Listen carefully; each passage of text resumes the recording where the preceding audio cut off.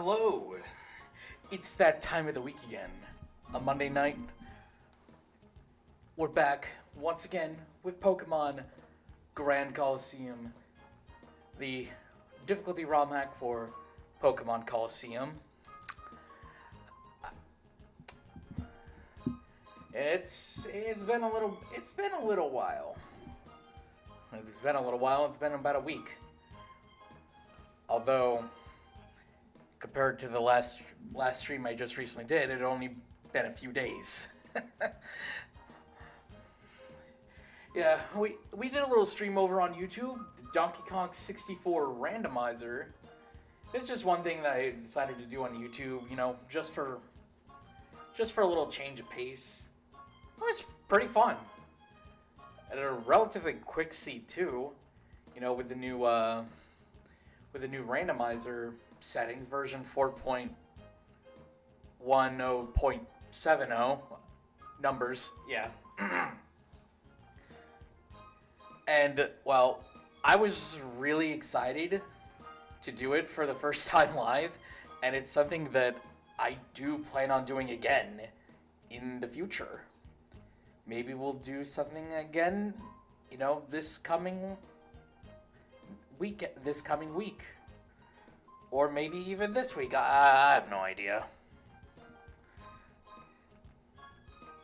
I also decided to do another DK64R seed on my own time, and currently it's racking my head because this one's pretty difficult. It's hard for my puny brain to understand, but it's enough about Donkey Kong. It's on like Pokemon now. There are a few things that I do want to go over. Is that I did do a little bit of off-stream grinding. As I mentioned in the previous stream, I did say that I was gonna do a good chunk of this off-stream, and it's really just trying to purify the legendary shadow Pokemon that we got, Moltres and Articuno, as well as some other stragglers that haven't been purified yet. I also decided to take the initiative to level up some of my Pokemon that were at significantly lower levels. I think I might have the last point I saved was probably in Relic Forest. I think that's where I last saved. Well, let's go into the game and see it. Oh, okay, yep. I was in Relic Forest last. So for those of you that are probably tuning in or seeing this as a VOD, last week we tackled stuff that went on in the Under, and we had a little bit of an encounter with Aerith, or Venus. I mean, she looks like Aerith, so I'm just going to start calling her Aerith. At least in this version. At least this Aerith doesn't die. Unlike in the original Final Fantasy VII. Oh, right. I should also mention... Let's take a look at the team. You see, I've pretty much gotten everyone up to around the low to mid 40s, as you can see, with the off-camera shenanigans. And, well, except Mawile here, who I purified and named her Chompies, she might have been in a bit too many battles, and she just jumped all the way from level 42 to 50, so... As much as I like to enforce, level caps for bosses, I'm gonna refrain from using a Mawile. And Chompy's there. And as you can see, Curlia also evolved into a Gardevoir. And we have, of course, the Rubber Chicken and the Arctic one.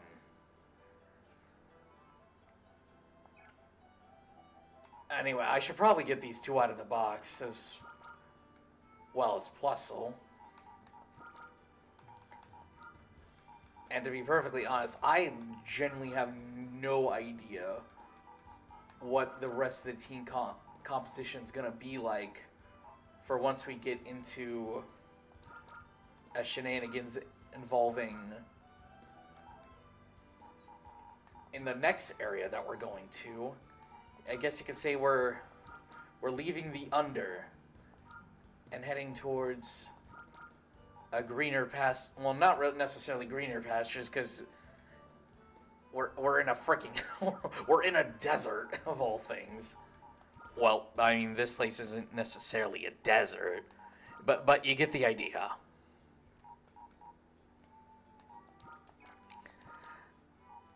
And as I don't mind, I'm just trying to figure out like what would be the best team comp to go into the next fight that we have to go through. We still have to go back to the Under regardless.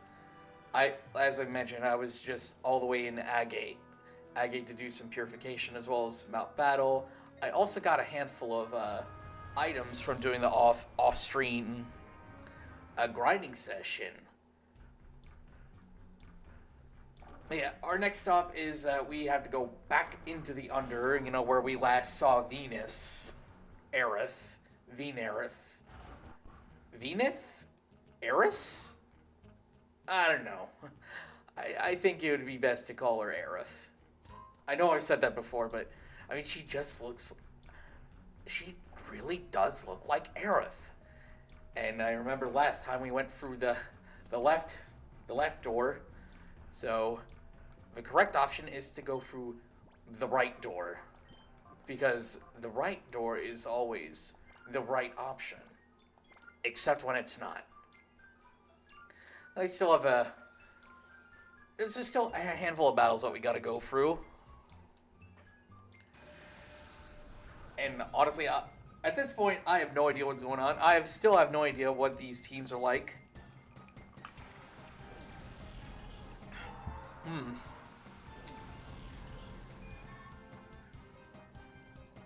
Okay, so we got Explode and a Butterfree.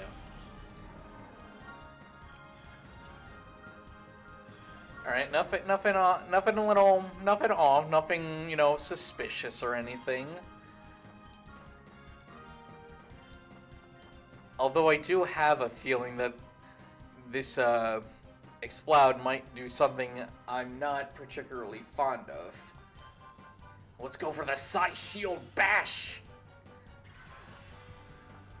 Okay, that did a fair chunk, and we got the lucky defense boost. Oh, that's a drainage, some giga drainage, and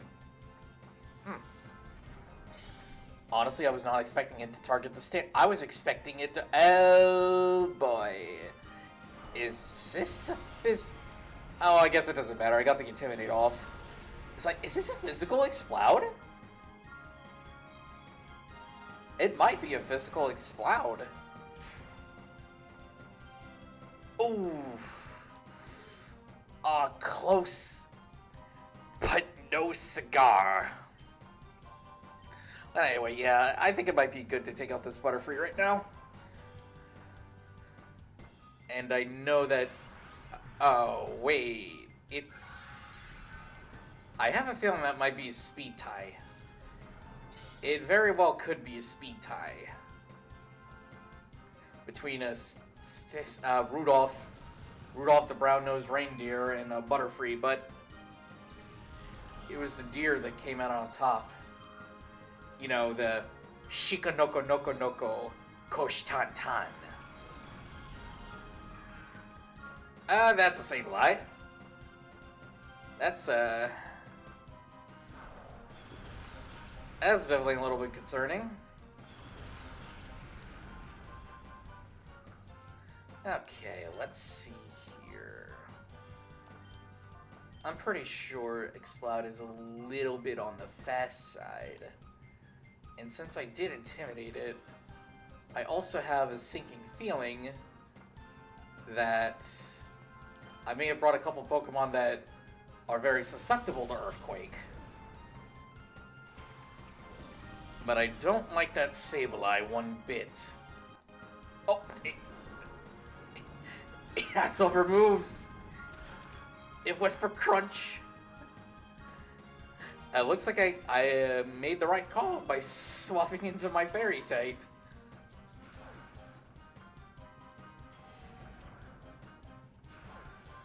Also, I really have no idea why I decided to go for Bulldoze on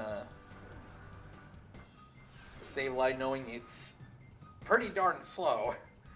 Oh, right. It was to get speed control on VX Cloud.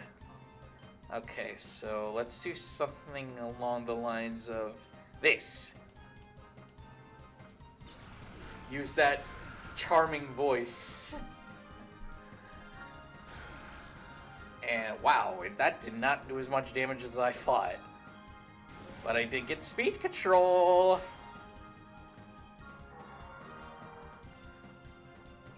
Alright, who's up next? I'll take him. My team could take him. Oh, it's a... That's a Shadow Weezing.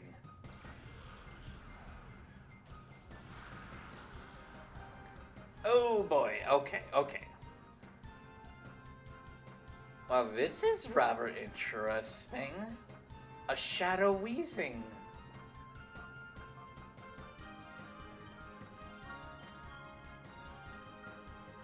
Was there even like a Shadow... I don't even think there was a Shadow Weezing, let alone a Shadow Coughing. In, XD. I'm pretty sure there wasn't.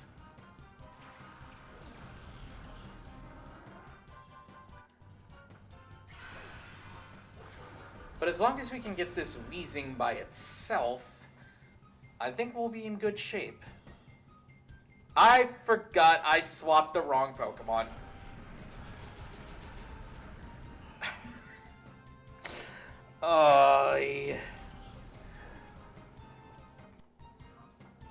But no, I didn't swap into the wrong Pokemon. I was just... It's just... What? No, I didn't swap the wrong Pokemon. I was just testing you. and it passed. Well, I did need to swap out Aggron anyway. So I guess it worked out. Well, I guess it worked out in the end. Anyway, like I said, let's get this Weezing by itself. And get a little bit of a residual damage. With, it was Crunch, right? Yeah, it was Crunch. Who knows, maybe we'll get a defense drop.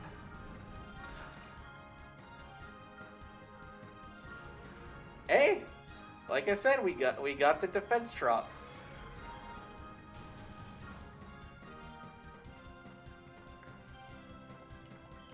Yeah, another thing that I've also probably should have mentioned is that this part of the game is technically also mandatory. So we also gotta, you know, do this little bit before we head off into the next section of the game. Which I would like to add is technically considered the longest section in the game. At least in... That was close! That was close! That was a bit too close for comfort. Oh my gosh! That was a crit too! Wait, it had a held item. Oh, well, I guess that negated, the second defense drop.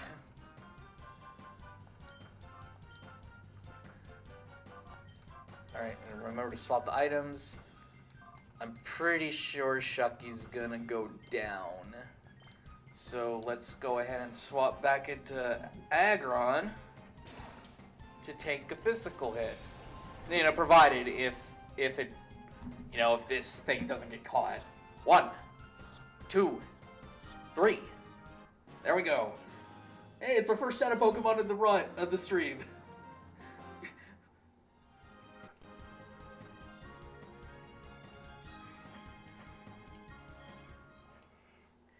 And it just happens to be one of the foulest. If you're mean to me, I'm gonna cry, okay? I don't know what to say. What's something mean that I can say?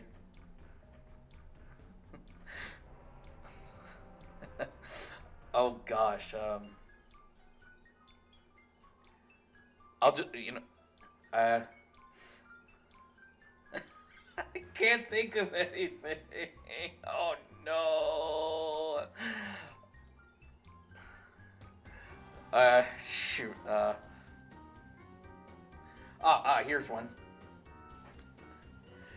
9 plus 10 does not equal 21.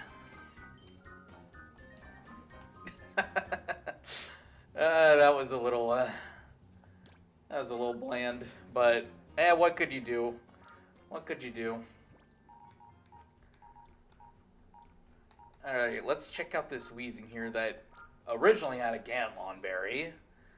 Let's see, pure poison type, levitate, that's normal. Docile, so it's neutral. Good to know. Alright, so let's do a little bit of a team swapping right here.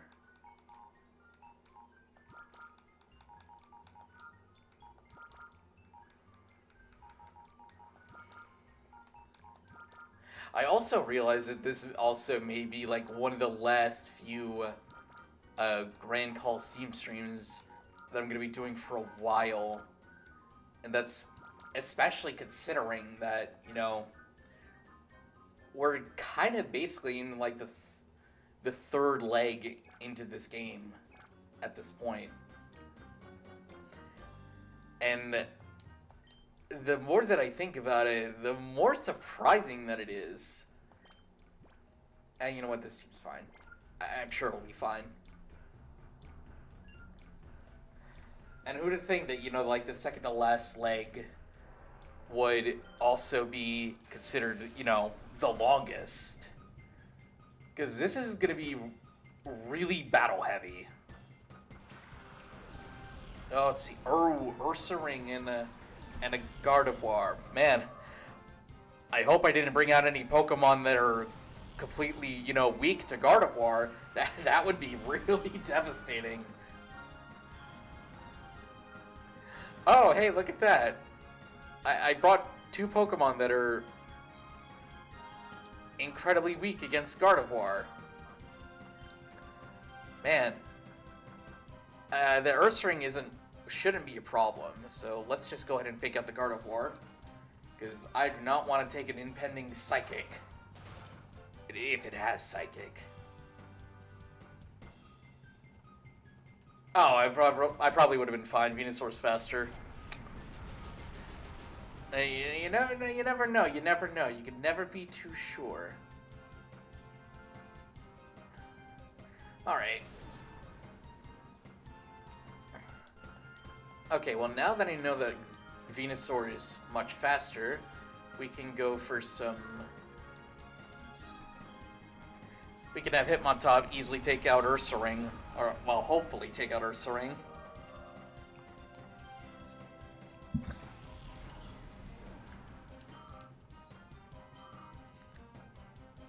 Let's see who's next. Vileplume.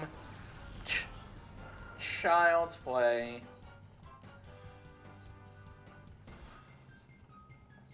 And the Ursaring goes down in a single hit. That's what I like to see. Right there. Alright, who's up next? Rhydon. Wait. I think I've heard of... Oh my gosh. It's a Shadow Rhydon.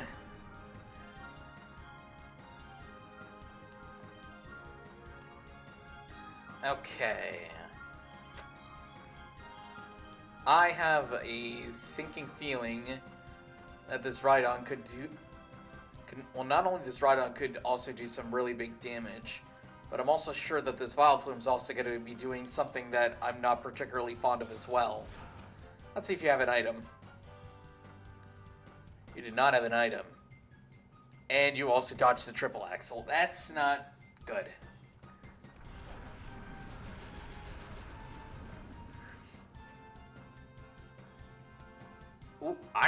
Okay, okay. I'm doing a little defense boost.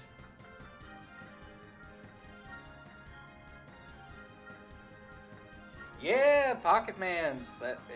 Yep, that's what we're doing. We're doing the Pocket Mans. Little Pokemans. Yo, how's it going?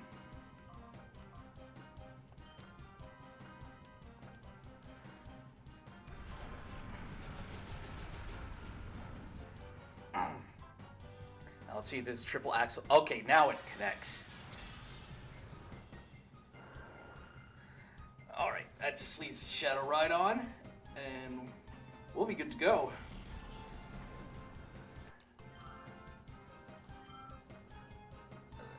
Oh, right, Troll Run. That's gonna not hit the Pokemon that I was expecting it to hit. Okay. Okay, this might be a little... let's just hope that Triple Kick doesn't do too much damage, even with a +2. I mean, it should be fine, right? It connects. Okay, it doesn't do that much damage. But I think I lose it on top. Yep.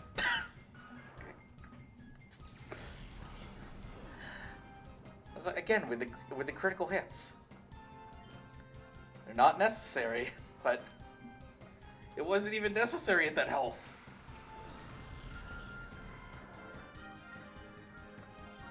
Oh, hey, look at that. Hey, thank you for the raid. For those of you that are tuning in, my name is Sarmuse. You could also call me Sarmoose, or you know, if you find the name too hard to pronounce. I play games occasionally. Well, a variety of games occasionally. But yeah, thanks for coming. I hope you're enjoying. We just recently started, so yeah, thanks for coming. Thanks for coming over. Yeah, this is Pokemon Green Colosseum. This is a difficulty ROM hack of Pokemon Colosseum. I mean, it's definitely a little bit difficult. This is also the fifth part of the stream. As I mentioned, other parts will be eventually uploaded over to my YouTube channel. No, it's been poisoned. Okay, well, this might be a little bit on the rough side. I was hoping that wouldn't poison, but knowing my luck. Yeah, the infinite Pokeball trick works in this ROM hack as well, since it's based off of a Pokemon Colosseum's, engine. Unfortunately, it does not work in the sequel game. Let's see, we'll show you the infinite ball trick right now. Just use the first Pokemon, swap the item around, and then you could just do whatever. Well, either way, I'm pretty sure this Rhydon only has like maybe 2 or 3 turns left. So let's hope it stays in the ball. 1, 2, 3. Okay. Oh. Crisis averted. It's a major crisis averted. Ooh. And the funny thing is that, Rhydon is an actual Pokemon within, an actual Shadow Pokemon within the sequel game, Exegale Darkness. And for the looks of it, I believe we have we have 2 more trainers left in this staircase. Let's see, got TM34. But yeah, a lot of things have pretty much changed within this ROM hack. Oh, the leftovers usually aren't there. Oh yeah, also, before I forget, thank you for the follow. Really appreciate it. oh geez, controller's acting up again. Okay, I also want to check out this nature of the Rhydon in case if I want to use it in the future. So that's why Drillrun did so much damage. It had the soft sand. But yeah, there's some other features that have also been changed, which include, Mount Battle has also changed, at least for the first 6 areas. Where I did mention this in the last stream that I did. I mean, it's probably not up on here anymore, but Mount Battle has changed for the first 6 areas now serve as EV training, for specifically for EV training, while the last 4 areas are for, the actual, where things get really serious. Ooh, Lightning Rod. That's a good ability. And a serious nature, which is also neutral. Yeah, 30% boost to ground-type moves, and that Rhydon had Drill Run. I'm surprised it didn't do as much damage as he fought to Hitmon. I think it was Hitmontop. Alright, we should probably swap up the team here a little bit. Because, like I said, this is technically the first time that I'm actually playing through Grand Colosseum, so I have literally no idea who has what Pokemon. But what I do know is that, some of the boss trainers do share the same mechanics as they do in the base version. Like, Mirror B still a rain setting team.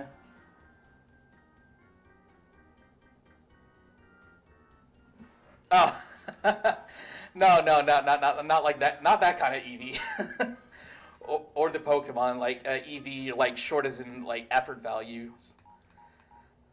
It's like I could go, in a whole big, tangent about that.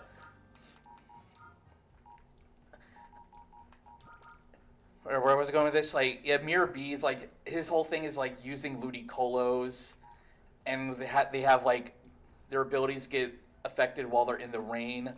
Although, from what I do recall, that every single Ludicolo in this ROM hack, instead of it having, a mix of Rain Dish and Swift Swim, every single one of them has Swift Swim. And I believe he also has a Rain Setter in Politoed.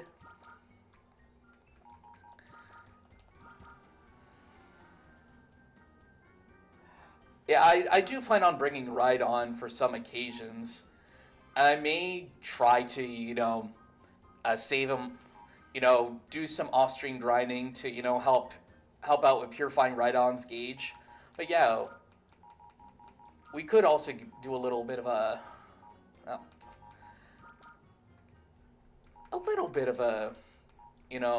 work along the way. And I've also, as I mentioned prior, I've tried to not bring Mawile as much as I can, because it's well over the level cap that I have intended for this fight. And I'm also, swapping out Pokemon in and out of the of the box just so that they can get a free heal. Oh yeah. In that case, it's all good. Was there any Pokemon that I did forget to swap in and out? Nah, I think we might be good. Although hopefully they don't have any. This trainer right here doesn't have any grass types. That'd be pretty bad.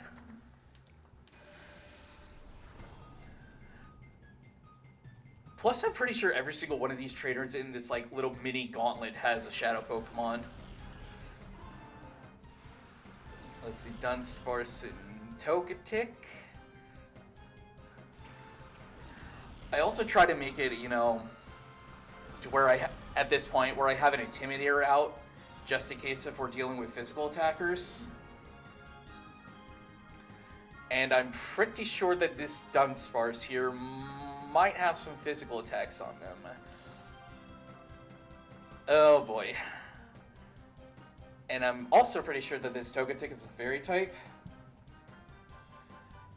Nah, I believe there is a Shadow Dunsparce in, the base version of of Colosseum, but I don't believe it's the case here.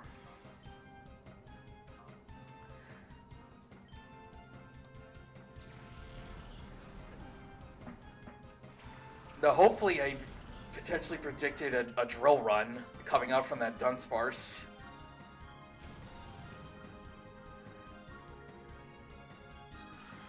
And we got the paralysis. Oh, water pulse. That's... I guess that's better. Or, well, better that I swapped out, but I was not expecting the water pulse.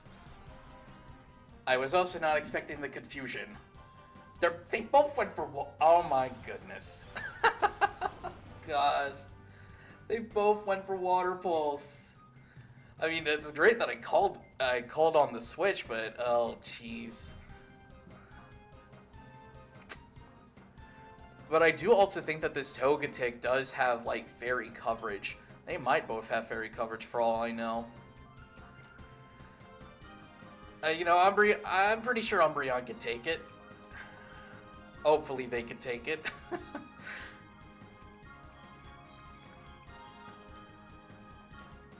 Let's see how the body slam goes on Dunsparce. I'd probably say that's about normal. Oh, ouch.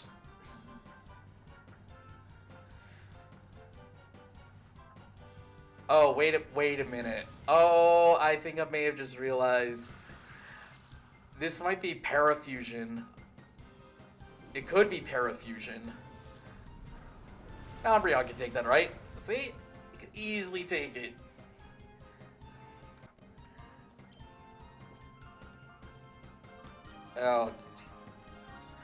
Oh, right. There are some other things that have also been changed in this ROM hack, as well as like stat distributions. Pokemons have their type change. They also get buffed movesets. All of that fun stuff.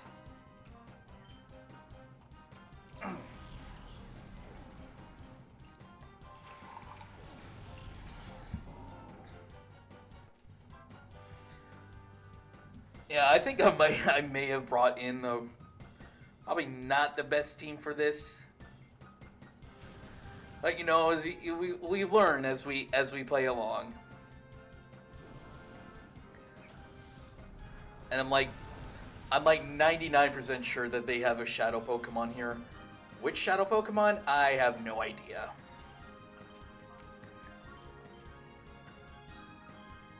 I mean, Body Slam is my go-to move in this case. Oh wow, that did not do as much as I thought. Does this thing have Eviolite? That's funny, because I don't even think Eviolite is in this game. And even if it was, I don't think it would work as intended. Yeah. Oh, that's an Octillery.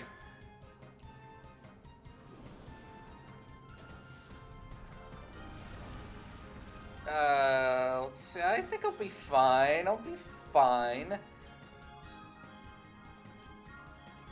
Hopefully I'll be fine. I knew I should have probably brought a grass type, but I'll be fine. Hopefully I'll be fine. Okay, at least we take out the Togetic. We don't take out the Togetic. This is what I get for having so many Pokemon that are neutral natures. Yeah. If I know that Togetic is gonna go for Moonblast, I think it's probably the safest bet to...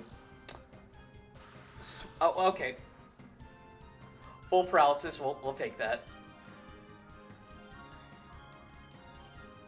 It could have been worse. I could have swapped into Ampharos, and then the next thing I know, the Togetic immediately goes straight for a Moonblast, and I take a super effective hit right there. And let's see, Marowak. Oh, that's an Alolan Marowak.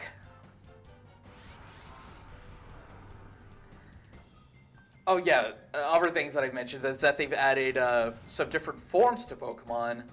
I believe they added regional forms for, well, obviously Alolan Marowak, as you see right there. There's also Alolan Ninetales, and since this version of the ROM hack was recently updated, I believe they also added Paldean Tauros. So that'd be really exciting to see Paldean Tauros.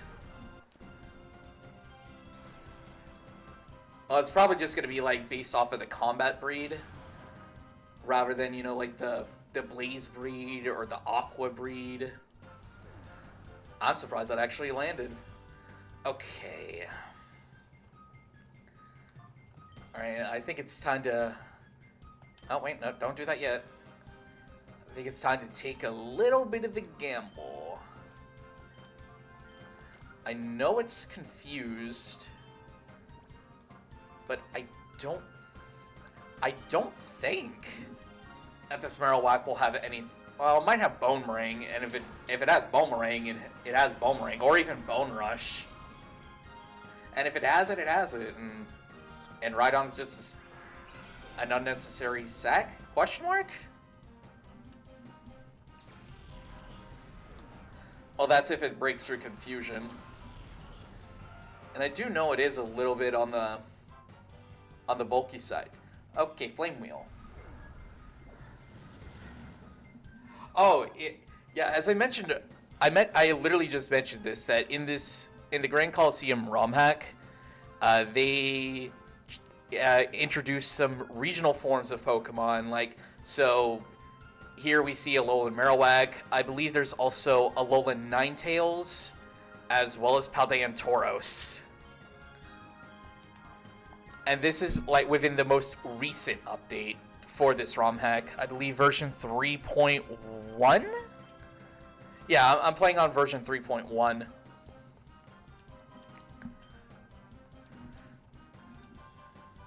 Hopefully we can catch this thing.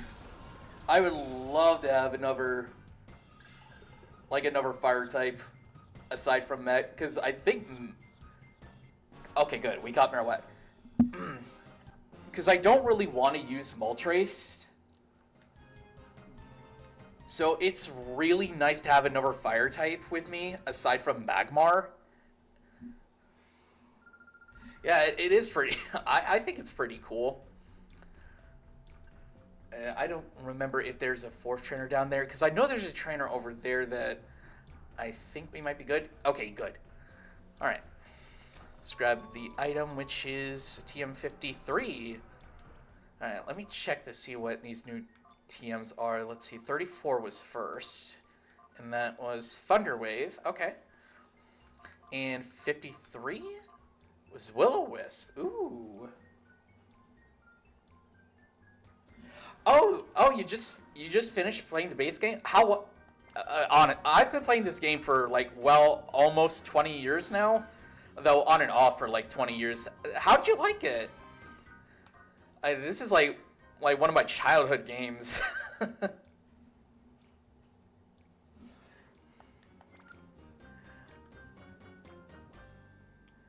Like another thing that I think I've also mentioned this like a few streams of this game ago, that this game is actually genuinely one of the harder Pokemon games, because it's nothing but double battles all the time. Ooh, Rockhead, that's a really nice ability, especially if you get like he's like Double Edge. I don't think Flare Blitz is in here. Well, I know Double Edge is. And it's hasty, which isn't necessarily good.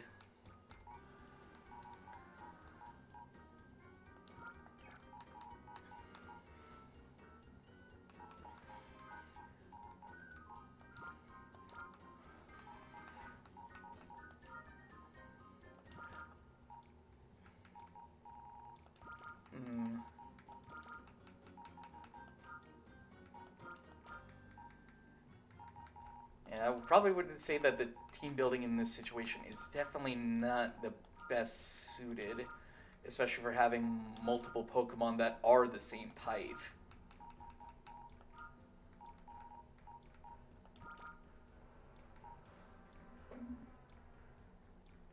Oh yeah, it gets a little bit on the more extreme side if you play the post game. I don't know if you've actually played the post game, but it gets pretty wild in there.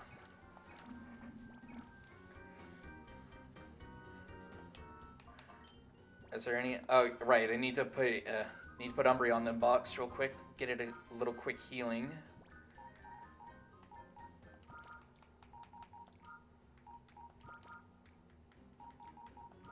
I just place it in the box, bring it back out.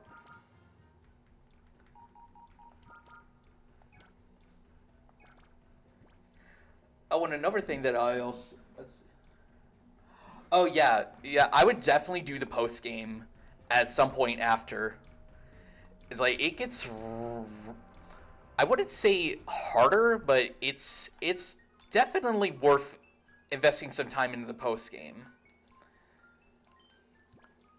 Although if I do remember correctly, you do need to catch all of the shadow Pokemon in order to see like the to go see the true final boss. Like I know how annoying Evis can be. And sometimes Evis can also be a bit of an idiot.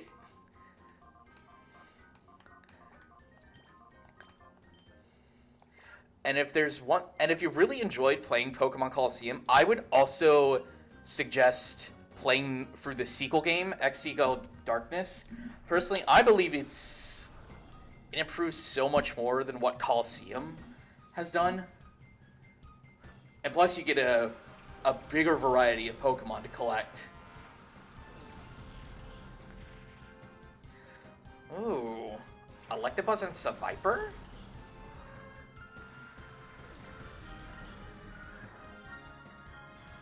Oh yeah, definitely would recommend playing XC. It's really fun.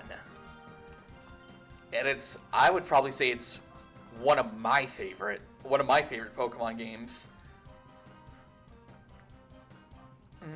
Let's see.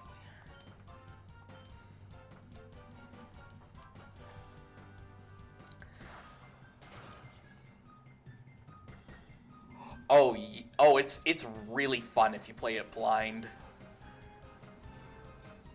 It's like I can testify to that. And this is when XD came out, I think it was 2005, so it would have been at least a year after XD came out, or Colosseum. Bleh. Oh, I see. You're doing the follow me strat. Okay. Apparently that Survivor's really important.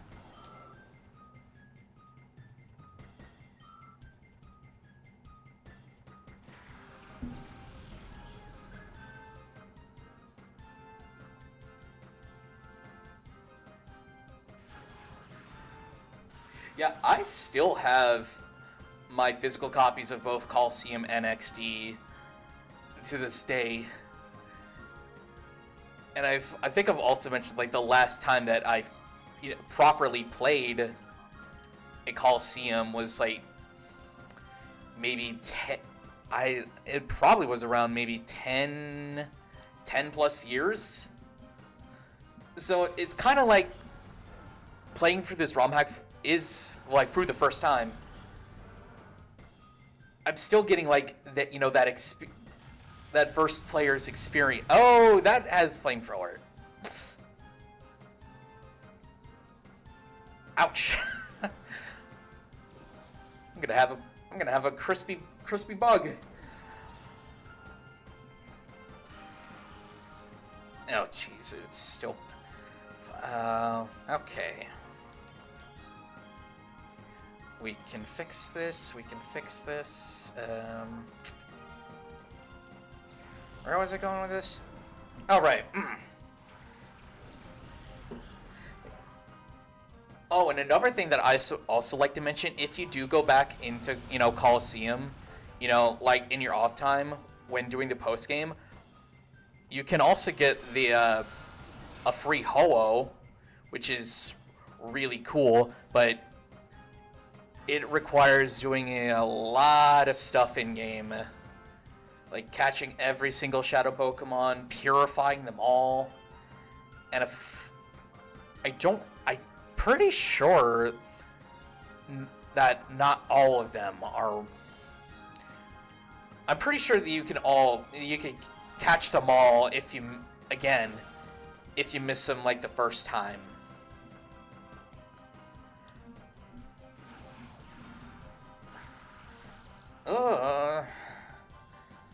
This CIPHER is starting to get a little annoying. Oh. It has ghost coverage. Well, that's not good. Well, at times like this, when a Pokemon enters Hyper Mode, we just call. And that's a big chunk of the gauge. Already cleared out.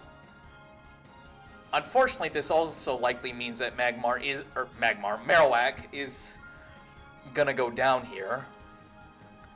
But you know what? It was totally worth it.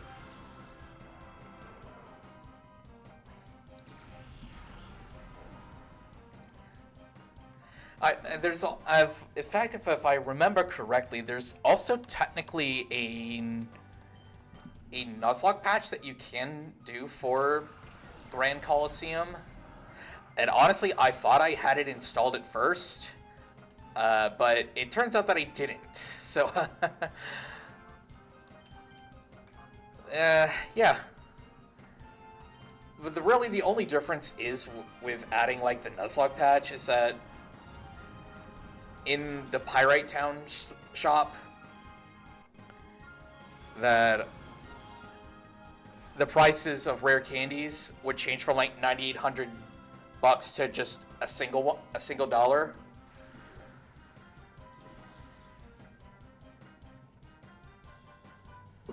Oh dang! You were at it for quite a while.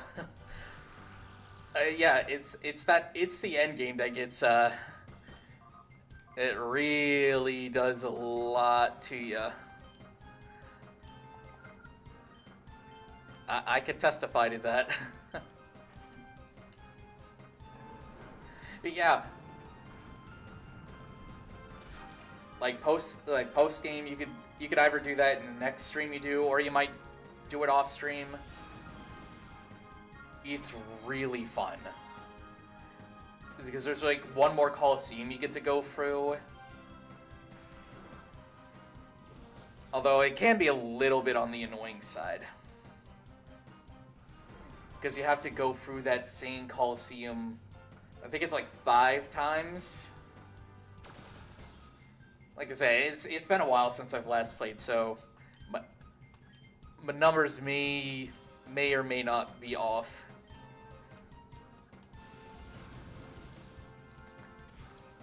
Oh, the critical hit. I don't think that critical hit actually mattered, so...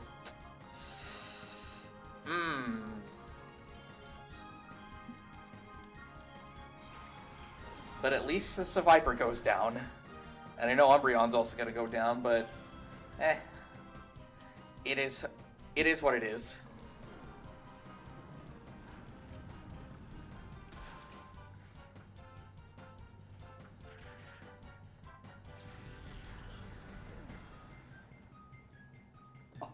Oh yeah.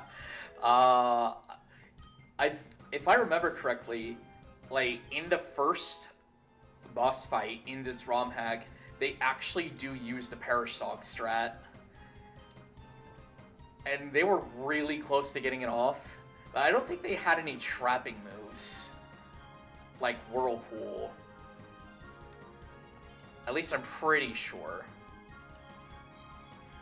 My goodness, this... Well,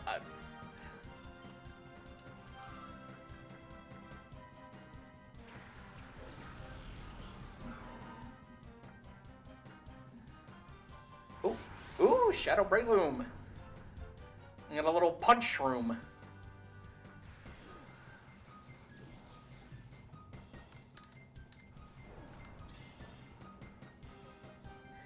I mean, and I'm also someone who does play a lot of Scarlet and Violet, often like in my off time, and like it's a game that I personally do enjoy a lot. I mean, but it's it's. I mean, that's just my take on it.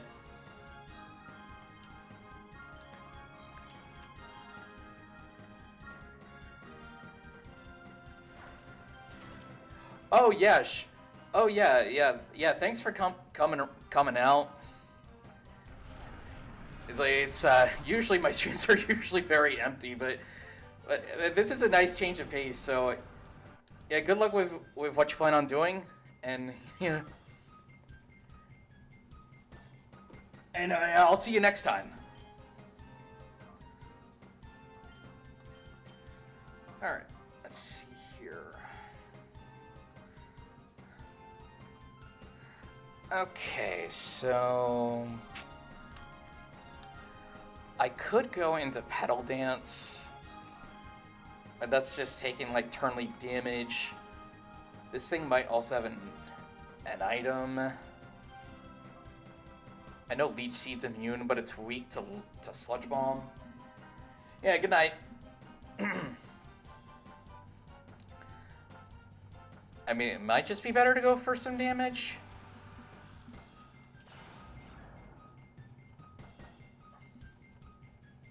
Oh wait, I just realized. I don't think Venusaur's locked into that. Oh boy. Oh no, you paralyzed the wrong Pokemon. Oh no. This is not good.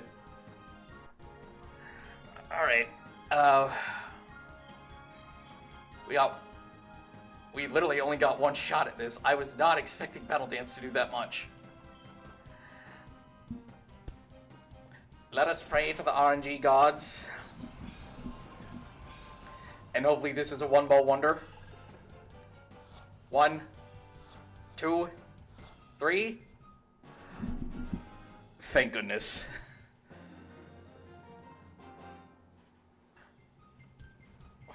Well, in the event that it were to have gone out, it wouldn't be that the end of the world, because I'm pretty sure we'll be able to find that Pokemon somewhere else. But my gosh, I was not expecting Petal Dance to do that much. And worst of all, I'm down to my last Ultra Ball, which means I'll have to buy more at Outskirts Stand, which it shouldn't be that troublesome. Hey, look, it's Aerith. Well, she looks like Aerith.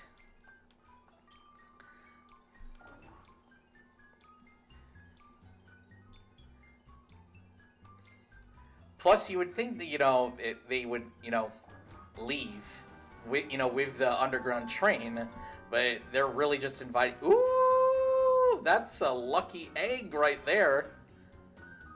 Would any of you care for an egg in these trying times? A lucky egg, if you will. Yeah, you could just literally just go in the train. And apparently they went in the train, but now they're no longer in the train. I also don't have the train key. I'll need to find that real quick. Oh. Oh, well, Aerith duped us. And next thing you know, she's probably gonna drop the key. Oh, controller! Ah! It's like usually in cases like these, they'll always drop the key. Ah, see, there it is. They dropped the key.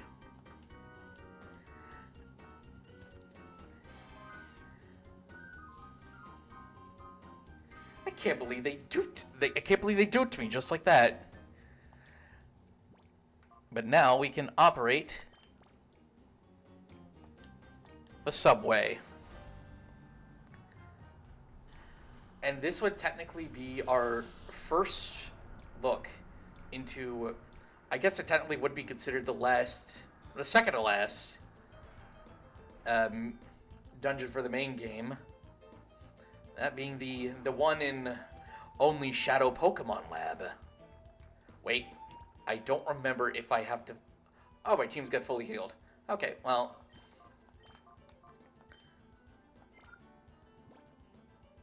Oh, right.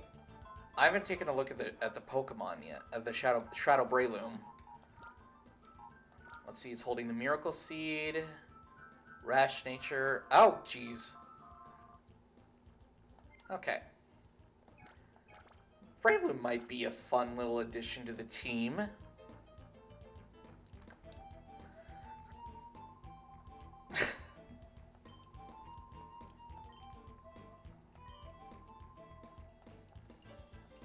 Oh, right, we don't fight them.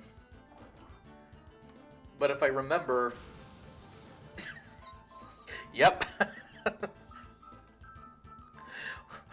Oh gosh, we can't let these two get in. How do you propose that we make sure that they don't get in? I don't know. How about we just blow up the way out?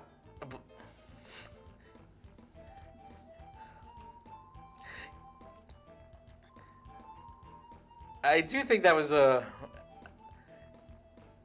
little bit too extreme. Hey, they say skedaddle just like I do. Oh, what's this? The main gate key. Okay, so... Alright, now that we have the main gate key... We just gotta actually get out of the under. So... One last trip to the under. And we'll soon be heading our way to the Shadow Pokemon Lab, where we actually do break into the lab.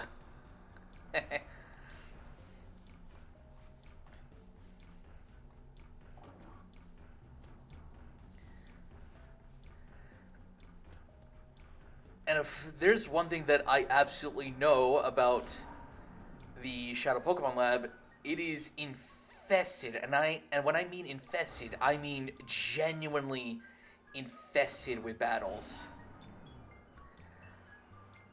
How many battles were there? I don't exactly remember off the top of my head. But I'm pretty sure it's at least like 15 battles. And that's including the boss. And I also noticed that we grabbed a hold of a disc, the U-disc. Wait. Oh, right. There's this file here. Let's see. I'm file F. Oh, yeah, that's the final report.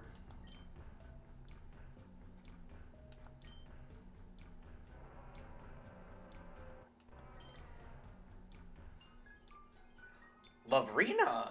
Oh, that's a name that I haven't heard in a while. Yeah, we'll be encountering her at some point in the future. Well, not in this game, but in the sequel game. And let me tell you, that's gonna be... We'll also be doing the ROM hack of XG as well. And I do have a little bit more experience with the sequel, as opposed to, you know, as opposed to this one. Well, let's see where this U-disc takes me. Wait. Okay, there she is. I thought I broke the game.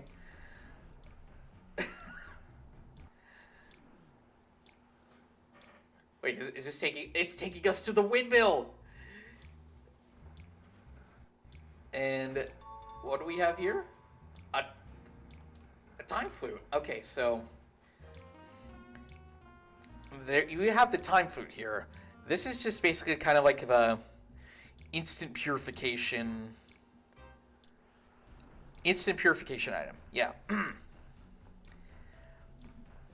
It literally purifies any shadow Pokemon instantaneously. And that's really it. It's a one-time use thing. You can't necessarily duplicate it. I believe there's only 3... Was there two or I think there was only two in the game. The one that you get for doing the main story, and the other was, through there, the windmill.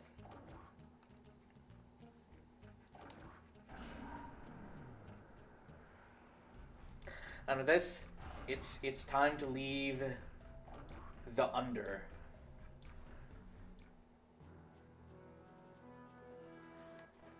And it's also time to go to the outskirts stand because I am definitely very low on Ultra Balls, and I need them really badly. Especially considering with what we're going up against. Well, I can't get the Ultra Balls if the control stick wants to, have a mind of its own. Yes, I'm willing to buy... I don't have that much money. But I gotta do what I gotta do.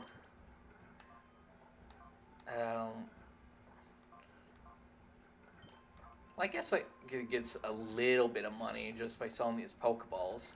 Because I don't really need them. Alright. And there's Willie. He's probably traumatized from the... Probably still traumatized from the first stream that we did. Where I had a little bit of a scuff problem. Like, overly scuffed problem. And it caused the game to, I had to restart the game, like, how many times was it? I think it was, like, 3 or 4 times. Although, I only had to fight Willie 3 times. And let me tell you, that was not fun.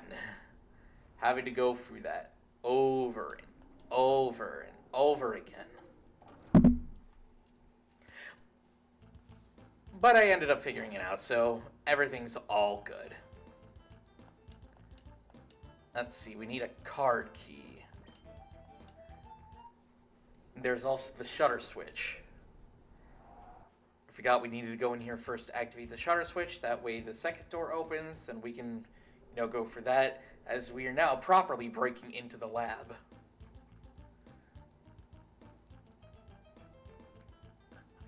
I don't think there are any trainers, within this part of the lab itself, so we should be good to go, I think.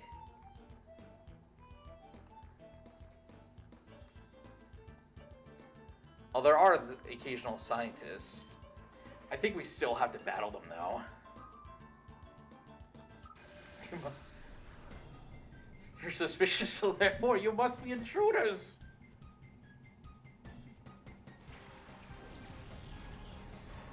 Okay, that's a pure electric team, right? That's right there, the Electrode and Magneton.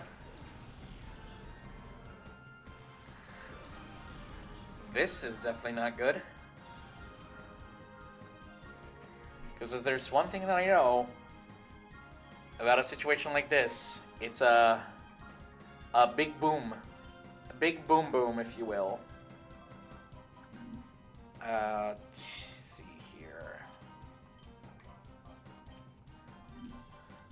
Yep, I knew it. I knew it. There's gonna be big boom boom. Which means I probably should have brought in Mischievous to eat the boom boom as well. Mind if I can get a flinch? I guess that's also fine. And I guess with that, Electrode is pretty much down to a Mach Punch. Finally, I have an answer to Explosion, and it's Fake Out.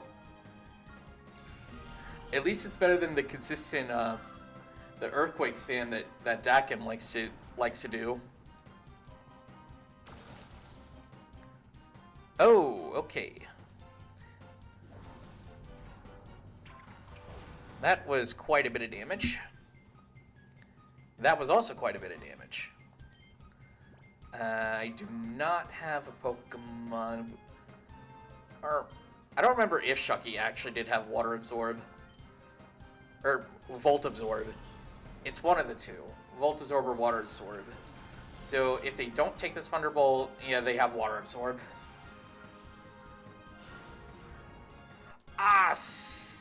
You were close.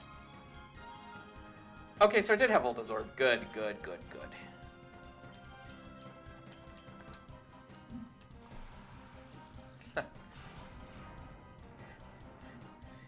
You're not going to be using Codel's strat on me. You're not just going to go boom constantly.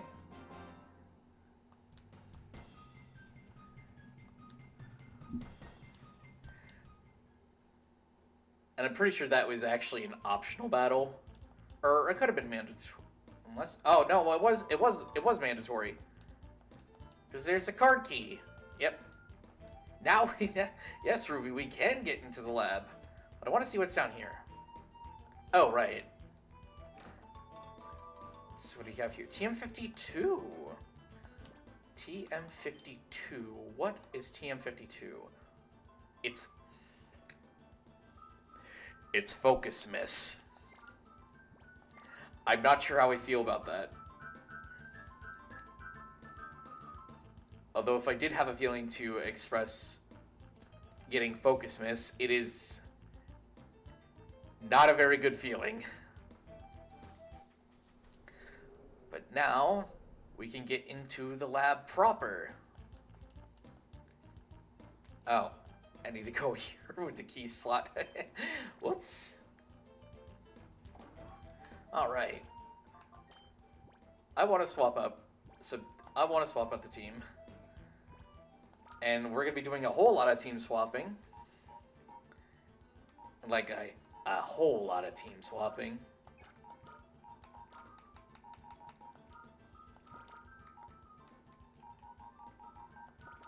So I'm thinking like doing something along the lines of like,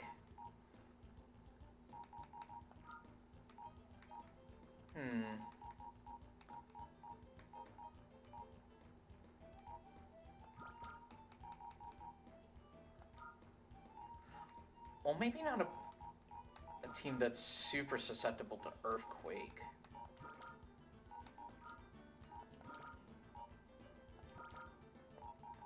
I'm also making sure that I get Pokemon that are damaged, or at least use some power points as a means to get them to heal. Although I do think I want to keep Umbreon around, mostly for, you know, for toxic stalling. Alright. Now let's get into the nitty-gritty of the lab. And I don't remember if I have to go right or left first. But I think no matter... Okay, so I do go left first. Or I can go south?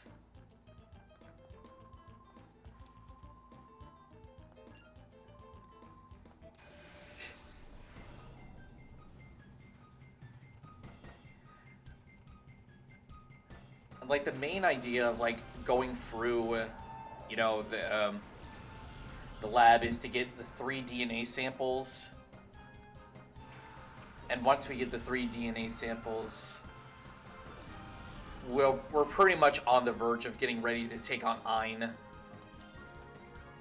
who is the last CIPHER admin in the game. And also, I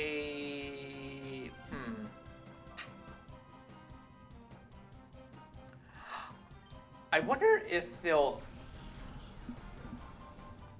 Like, I do generally wonder that if they're gonna stick around for, like, Perish Song. Depending if Altaria lives as Flash Cannon.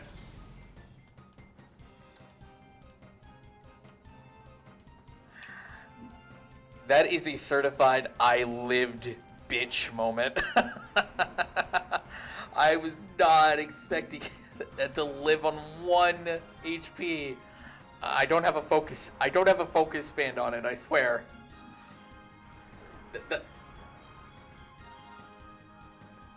So let's see how well they deal with Perish strats.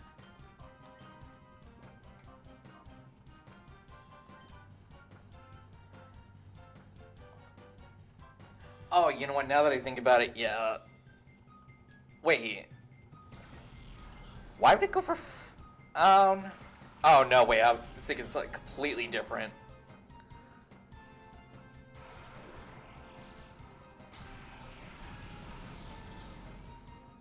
Now, hopefully, if I do take out one of these Pokemon... Oh, nice prediction. That I can at least guarantee the KO on Magneton.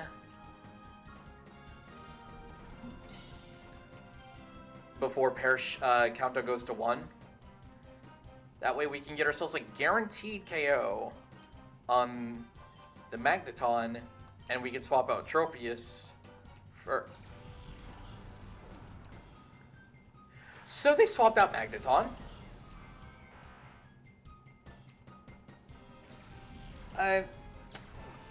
Okay. But it's interesting that they decided to swap out when Perish count was only at 2.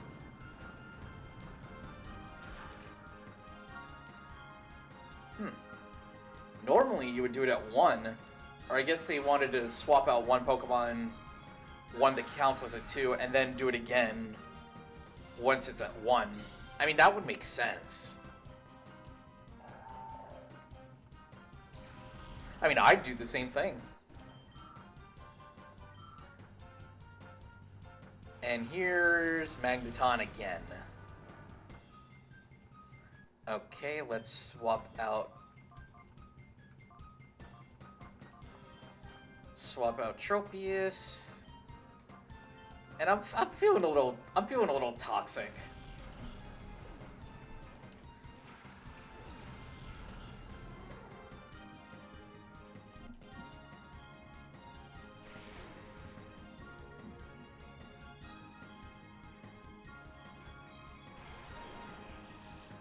Oh, Grass Knot, Flash Cannon combo. Oh man, that was a double team. Good thing I swapped out into my prized possession, the Floof.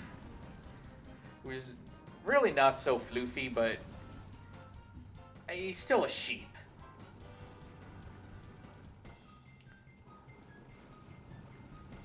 Okay.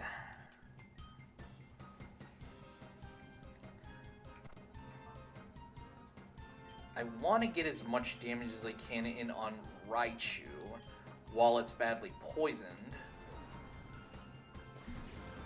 Going for Discharge? That's interesting.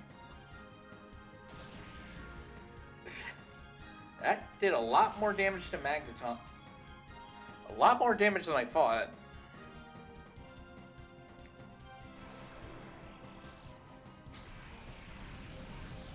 Ooh, that's a nasty crit.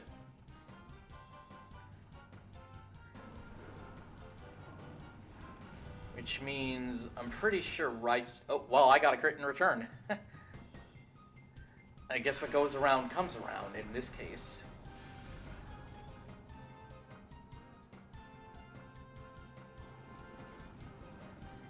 Also, I'm like pretty sure that this Raichu does have Lightning Rod.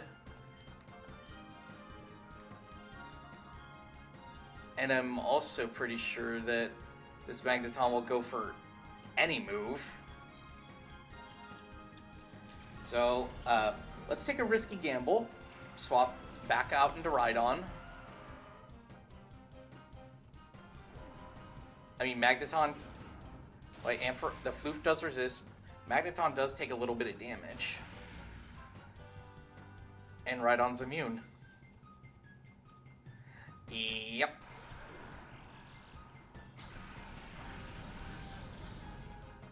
Okay, so it would have led to Flash Cannon.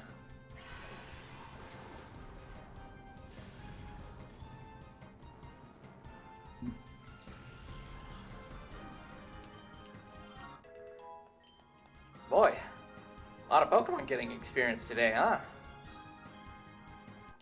Okay. This Raichu definitely does not have probably has a way to deal with with a Rhydon. Like, I don't know, the chances are that it might have, like, Focus Blast or Surf. It could also have Surf. And it literally uses its tail to surf. Oh, that's a nice touch. That is a really nice touch.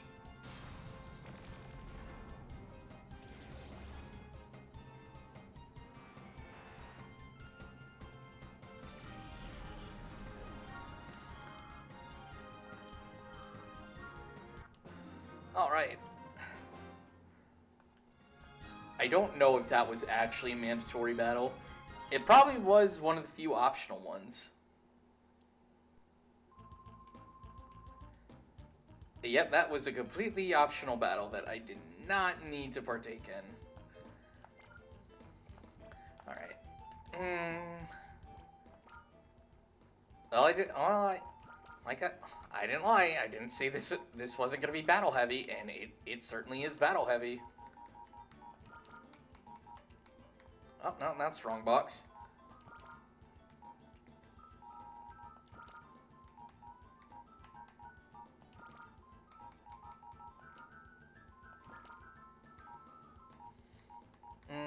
Yeah. Okay.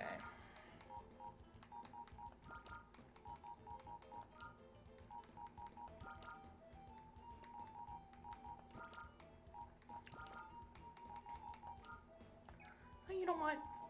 Let's bring in another Shadow Pokemon.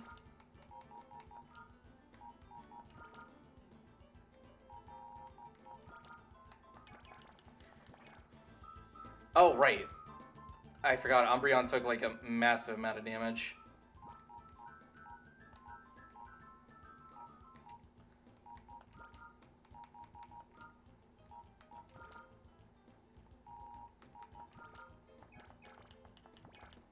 Okay. I believe from this point on, some Cypher Peons will likely jump out of nowhere to... Ah, there's one! Yep, they just appeared out of nowhere. Alright, Cypher Peon Cole is actually one of the few trainers in this game that has an actual proper name. Which I would like to add is very surprising.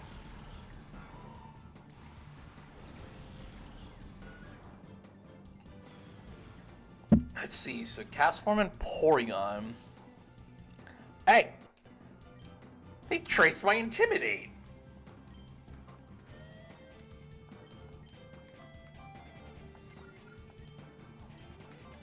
Actually, yeah, that might be the better play, because chances are this Castform does have the ability to set up Weather.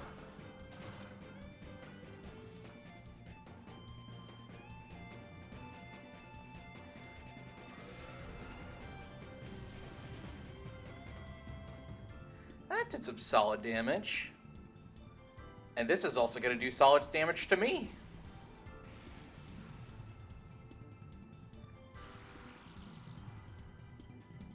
The paralysis was definitely not expected, though.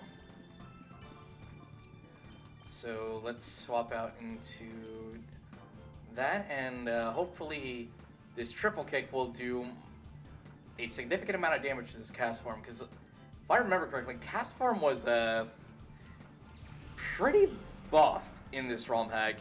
Like, significantly buffed. I can't quit.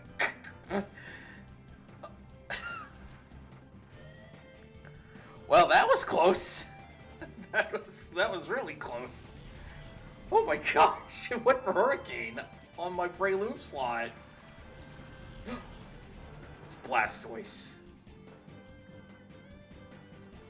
Oh, I see why they brought out Blastoise. I see now. And that's scary. And that's actually a little scary. Wait.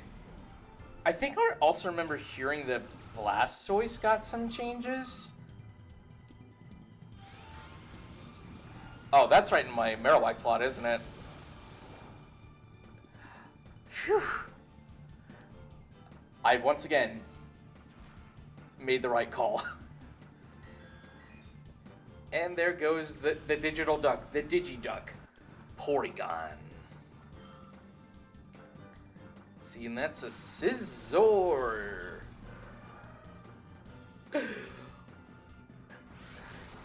Yo, Shadow Scizor. That's so freaking cool. I just realized I have a grass type out in this situation. Yeah, so I'm pretty sure Blastoise in this ROM hack now has the Steel type? At least that's what I remember?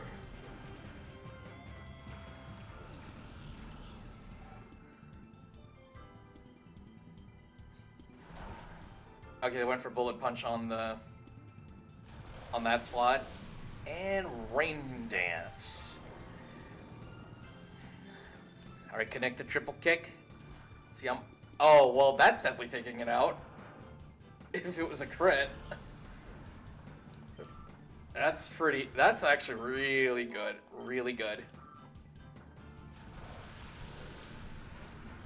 Okay. Now that it's raining...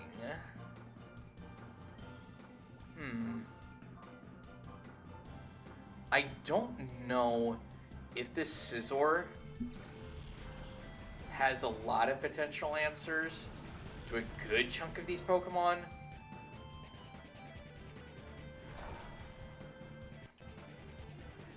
It's like, what do you know? Look at that.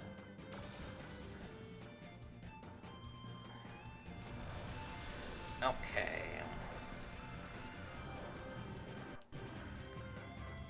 Seeing that it definitely took a considerable amount of damage from Thunderbolt, I'm just gonna try to soften it up a bit with with Signal Beam.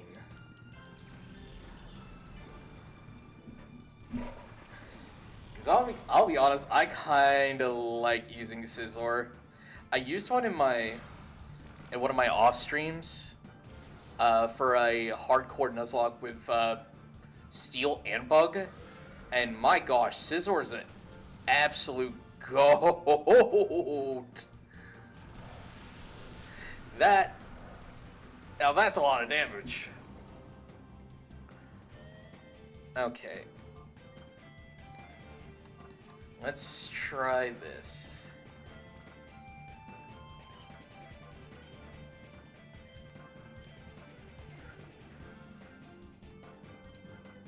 And I know Rockhead, or Rockhead, Double Edge doesn't do more damage. If it was Reckless, it would do a bit more damage.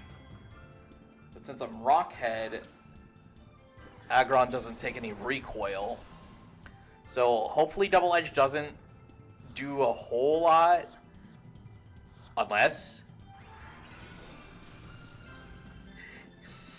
You were close! You were close! I know it was close. You don't have to remind me.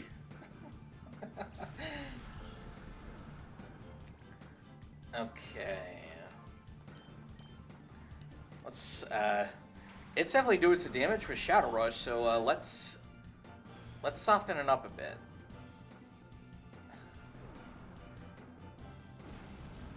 Okay, that's perfect. That is actually perfect. Its health is in the red, which means hopefully it's much easier to catch now. And I don't know, let's just go for Protect.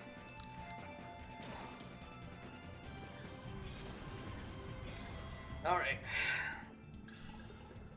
1, 2, 3. Yes! I'd also like to mention that Scizor is one of my favorite Pokemon from the Johto region. Like, it's just so freaking cool. And now we get to take a peek at the Scizor's stats.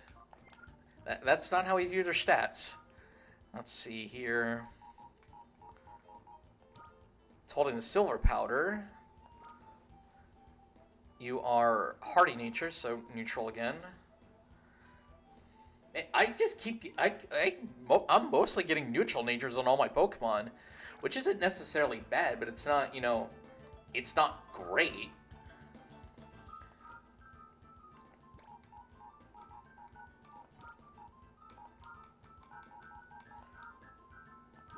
Like, it's not great, but it's not awful.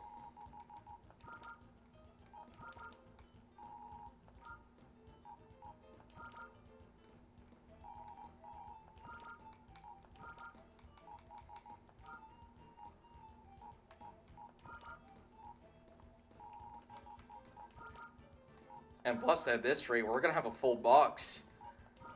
And a good chunk of the Shadow Pokemon will be moved over to the second box, which is really crazy now that I'm seeing it happen it literally in real time. Also, I forgot Shucky is at a commission. Let's see.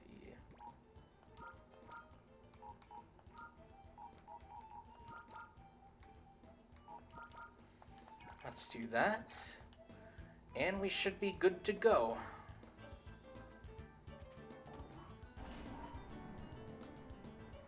Okay, so that was actually the second mandatory battle. I believe I do have to fight that guy.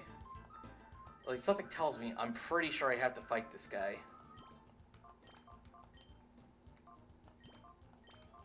Oh, well, Marowak took a little bit of damage from that bullet punch, but what's a little damage gonna do?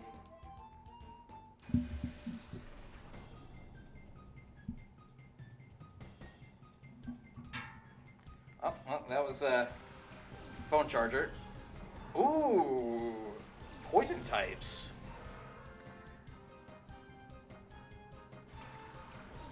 I believe I brought in a good Pokemon for this.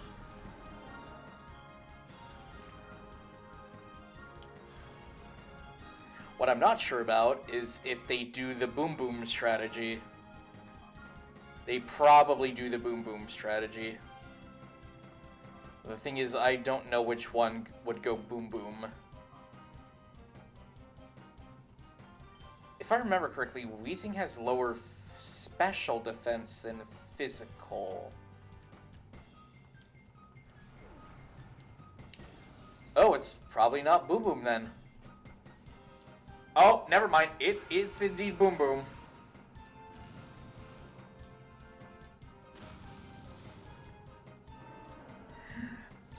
And here I was the last time thinking, oh, I got this one under control.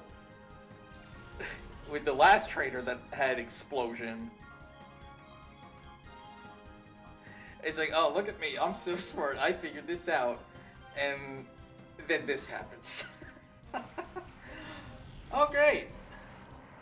Even more Boom Boom. This is why we always make sure to bring in ghost types. Or Pokemon that have Protect. Or you could literally just take out your own partner. You know what? It's fine by me. You do you. Dang. I didn't think the explosion would do that much. My god.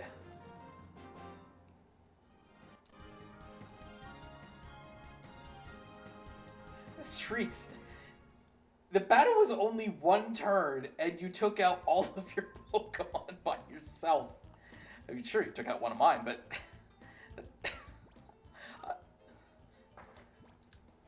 I don't know what Stars was planning doing with this ROM hack, but...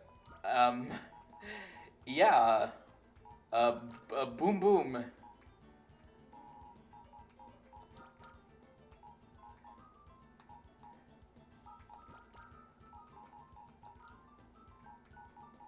Well, not necessarily saying that, you know, doing the explosion strat's a bad thing. I mean, in certain situations, I would probably go for that too.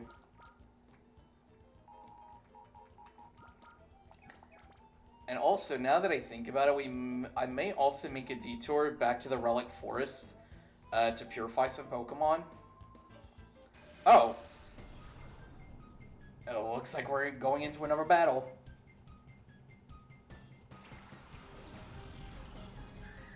Hey, look, it's some rats. Although I probably shouldn't underestimate these rats.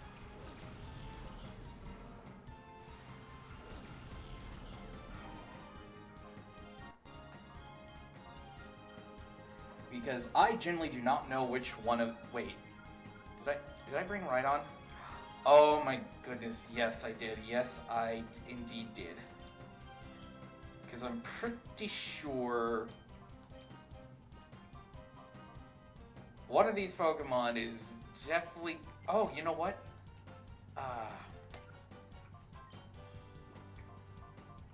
I'm not sure if this is going to work, depending on if they actually have coverage to deal with both of these Pokemon. But this would be great if they went for a spread electric type move.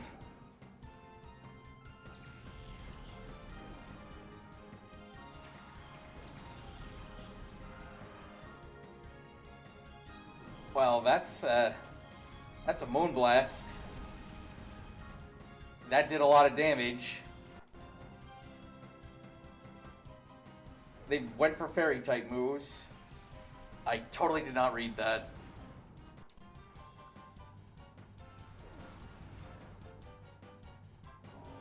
Well, that one's on me. But at the very least, I know that they were both targeting Breloom. Rock Blast. Rock Blast. Okay. Oh, that's a help. That's gonna be a helping hand dosage from a potentially powerful Moonblast. Or Thunder, is what I would say if Rhydon didn't have Lightning Rod. Oh. They were planning to Thunder Scizor. Crap. My plan to double Shadow Rush the Plusle. Ruined. Ruined. Ooh, that actually cleared a lot from the gauge. Go for Thunder again. I dare you. Go for Thunder again. Oh my god, they went for it again. Oh my gosh, this is great. Like, this is really great.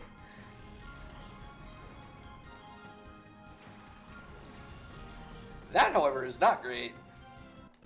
Because that right there is a Magneton. I do have a way to deal with Magneton. As it's probably gonna go for Flash Cannon.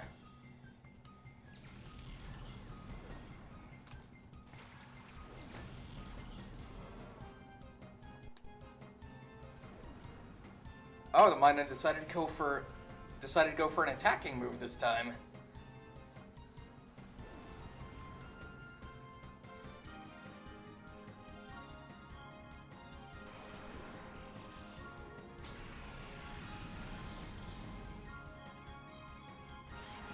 Oh, of course.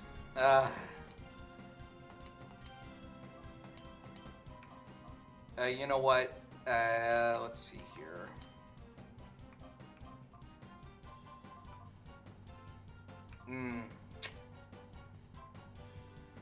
I am kind of stuck between a rock and a hard place on this one.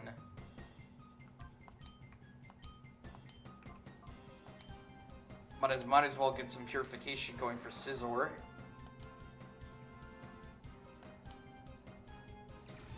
Ah, there's the Thunder.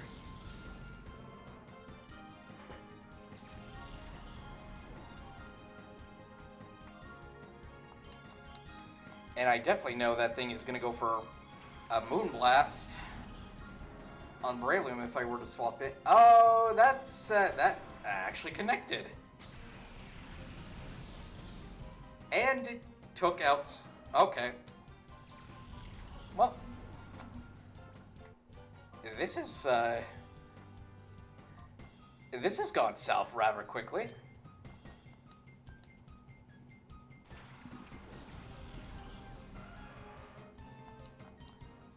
And I mean, it went south really quickly.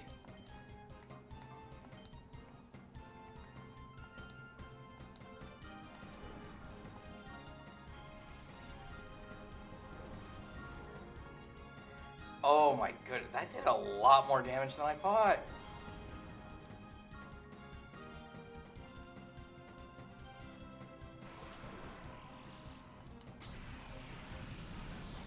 Oy. Oh, this might be another loss. Had I known that they were going to go for a double Fairy Titan combo, I definitely would have swapped in a Breloom first.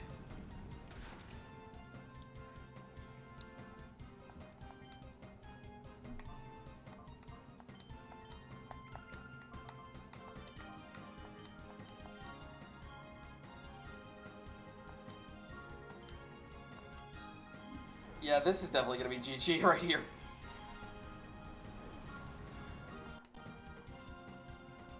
I guess it depends on how much this Dazzling Gleam does to Breloom. Never mind, it's not gonna matter.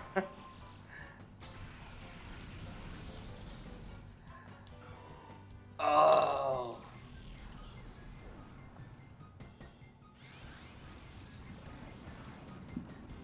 Well, at least I don't lose my money. But now I know for next time.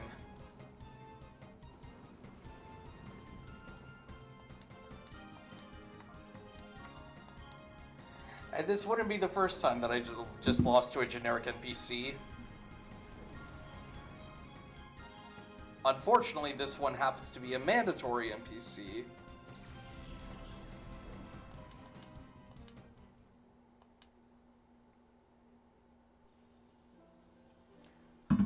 Oh, and it starts me back at my last save point. Well, that's not ideal. However... Wait, is it nearly open? Oh, no. I thought I would have had access to its last move, but... Looks like we gotta go back.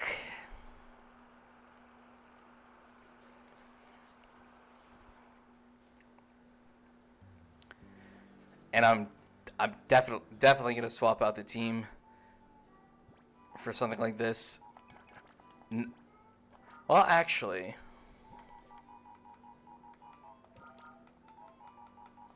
Probably do something a little bit like this.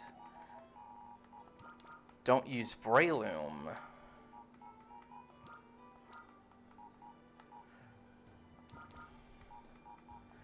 Yeah, something like that. To deal with the... Or, well... Actually, maybe not that per se.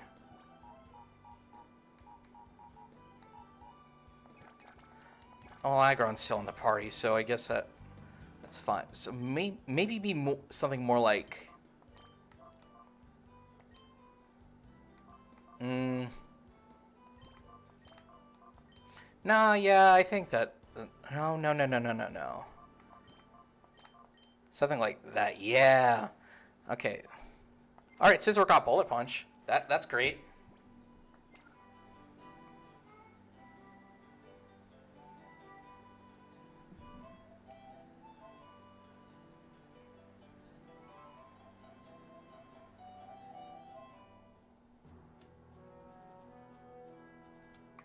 Alright. Back to the lab that I was trying to break into.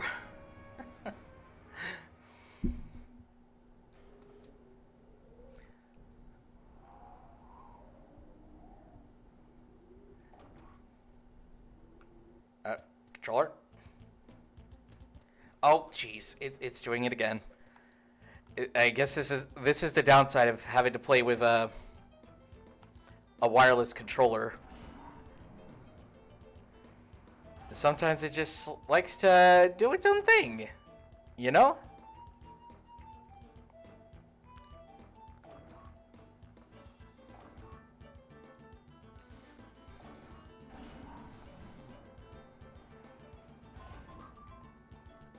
Alright. I could just make sure that the team is correct. Yes.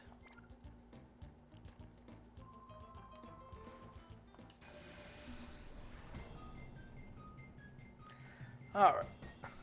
Round 2. Fight!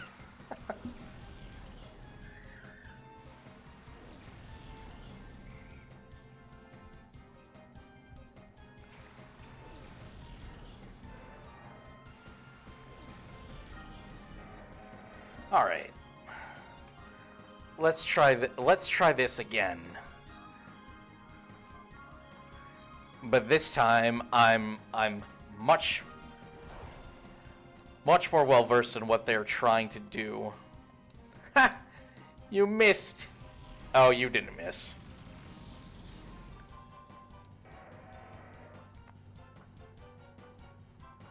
Well, it was a good idea in theory. I didn't think that it would actually connect.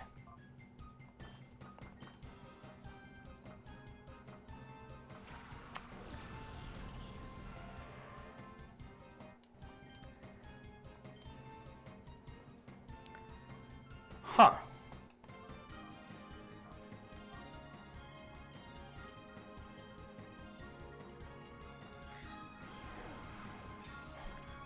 I would say I'd like to do a do-over, but no, that doing that's for wimps.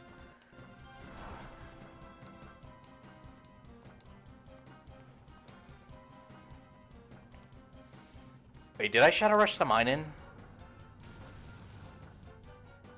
I did, and it crit. Okay. So, what are the chances that they're gonna go for Helping Hand again? Alright, this should now put me in a 2v1 situation, which is what I wanted.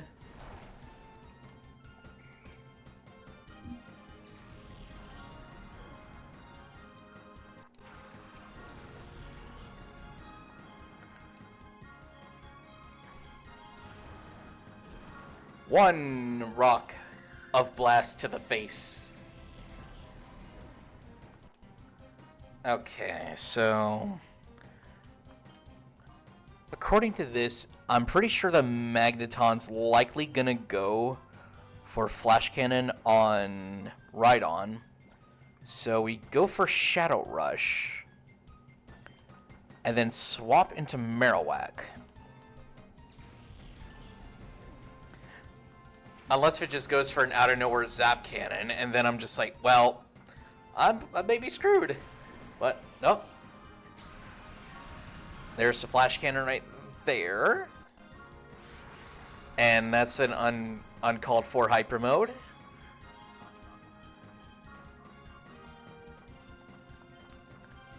Alright, Scizor, get that gauge emptied a little bit. Oh, thank goodness it missed. Thank goodness it missed.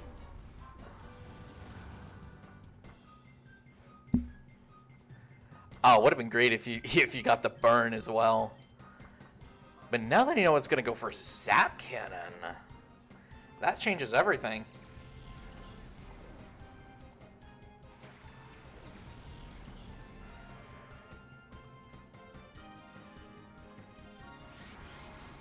And you go into hyper mode again, which I guess in this case is actually a really good thing.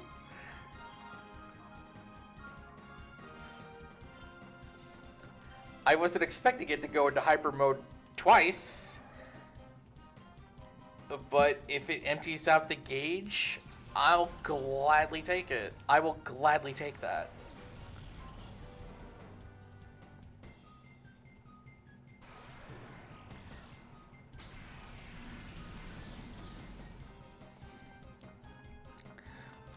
And, ooh, Fury Cutter. Okay, let's try this again. And hopefully it doesn't go into hyper mode for, I mean, it's fine if it goes in hyper mode for a time, but I would really like for Scizor to land an attack. Please.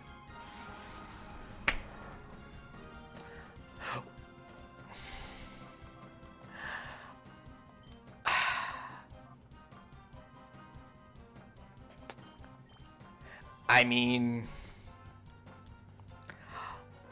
I'll gladly take that, but if it happens a 4th time in a row, I'm definitely calling shenanigans. I am 100% calling shenanigans if it happens a 4th time in a row.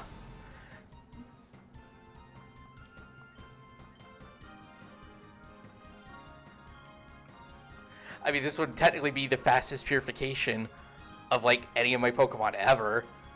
But, my gosh. 3 Hyper Mode procs in a row is crazy.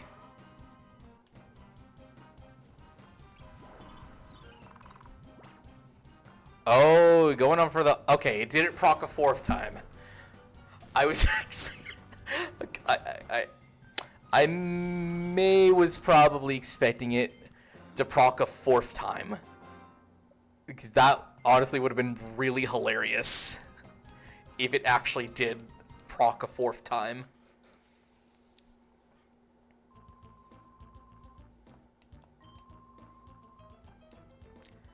But I will get this a downstairs key.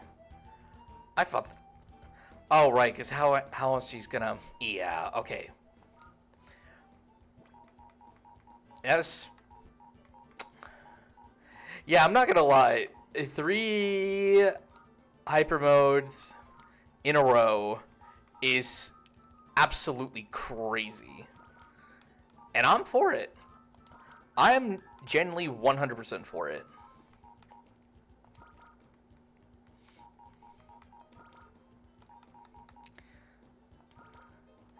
I also think that it would also be in my best pleasure to once Marowak and Scizor are getting close to purification, we'll head back to the Relic Forest and purify them real quick. Because I could see these two being like absolute units once they're purified. Oh. Oh, right. It's this way. Oh, look at that. I got the downstairs key when it said I needed it. Oh, hello.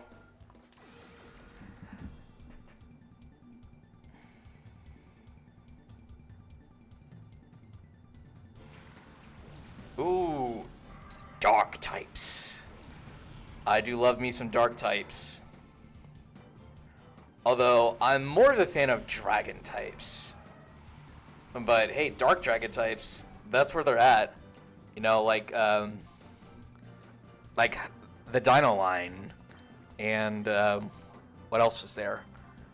A Roaring Moon. You know, those are some pretty cool, dragon dark types. I may have also forgotten that these Pokemon are significantly faster. Oh, jeez. Oh, well, there goes Lantern.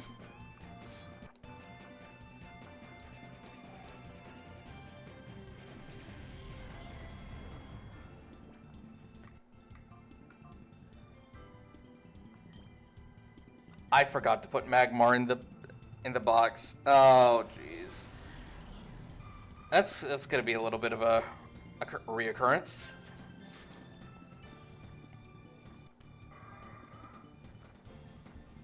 I'm also inclined to believe that this trainer here has a dark shadow type dark shadow Pokemon.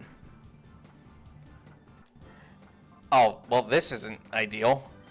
I have a Pokemon that is 4 times weak to fire. And there's a Houndoom right there.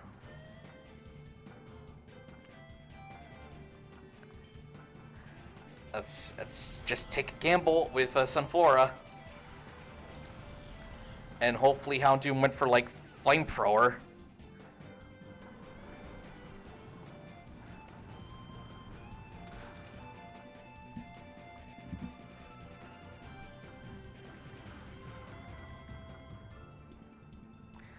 Oh, well, it went for Heat Wave anyway. Well, that's not... Well, that's not good either. But does it... Okay, good. That burn is not good either. Oh, please, Petal Dance, hit the Sharpedo. Thank you.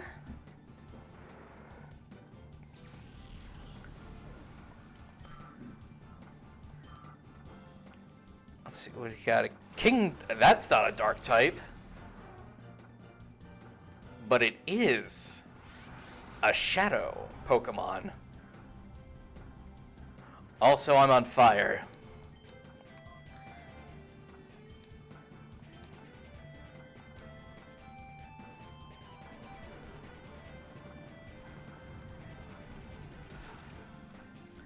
And thankfully that the Houndoom just went for Crunch. There probably would have been overkill if it went for a different move. Oh no.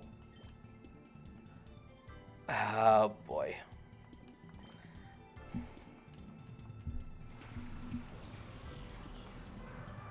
I don't think I'm coming out of this one A-okay, Chief.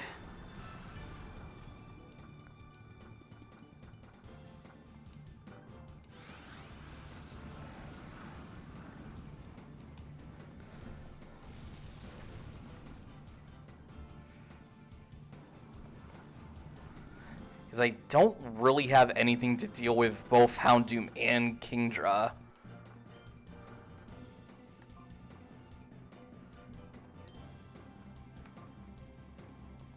I mean, the best I could probably do is try to get some damage in on Kingdra. But I know Houndoom's likely going to go for a Fire-type move.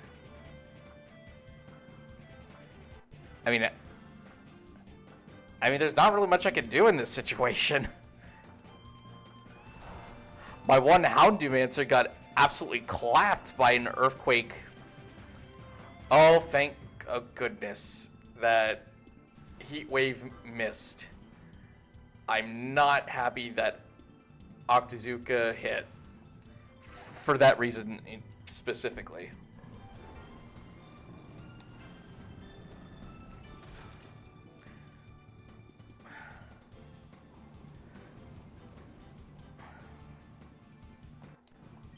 Okay. This is going to be a bit of a risky gamble here, but it's not like I really have a choice.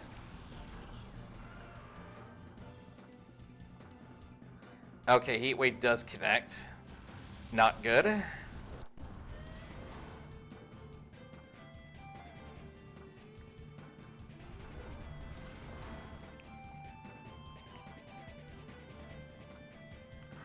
Oh, that's...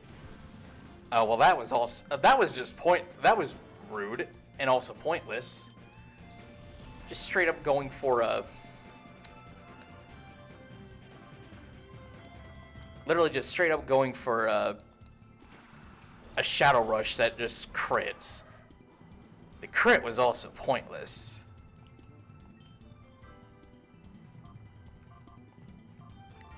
Yeah, I don't think I'm coming out of this as a victor. I'm pretty sure on that. But hey, Shadow Kingdra, that's definitely going to be worth snagging.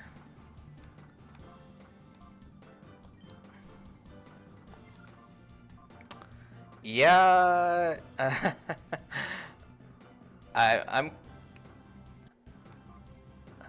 I guess you could say I'm definitely at an impasse here.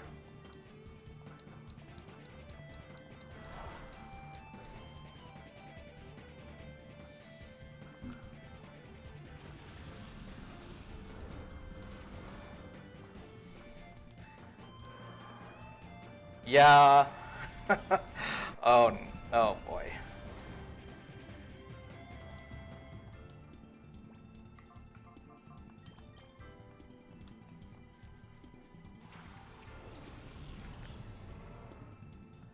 At least Marowak can be purified.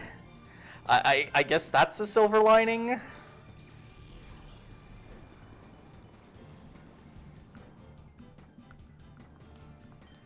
Because let's be real here, Marowak's not going to be doing anything.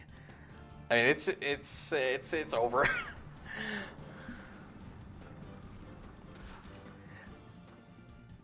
And I'm pretty sure that crit was not even necessary. That was rude. Quite rude, actually. Alright, well, since we're here... Okay, well, it's almost ready. So, let's just go ahead and purify our Alolan Marowak here.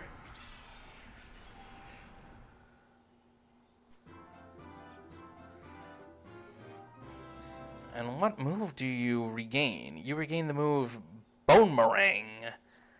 That's 7K experience. That's decent. Wants to learn Imprison.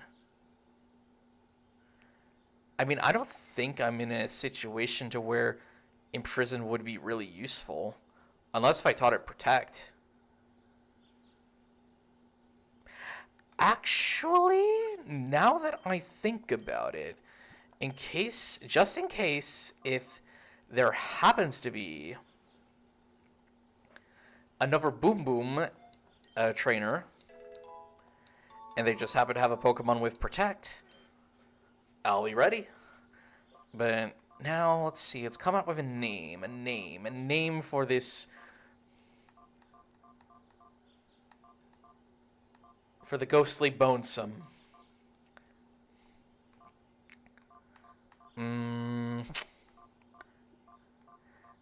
Jeez. Names. If there's anyone in chat, please, if you have name ideas, please drop them.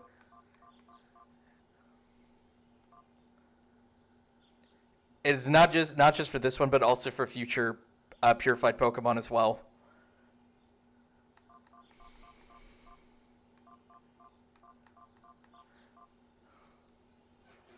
T-Bone. Chair. You know what? You know what? I'll go with that. We'll go with T-Bone. It's fine. It's fine. I think that'll work.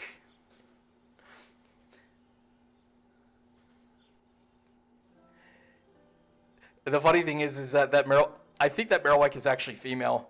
Yes, she is female.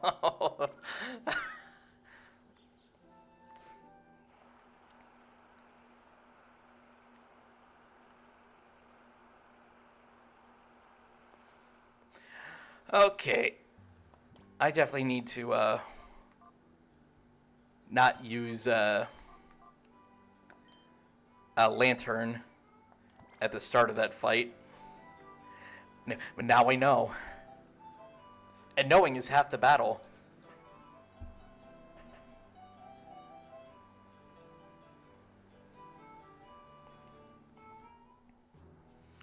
Alright.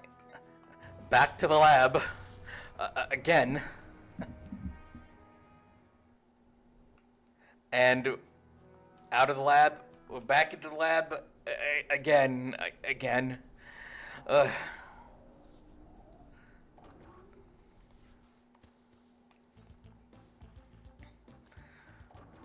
At least I don't have to go too far this time.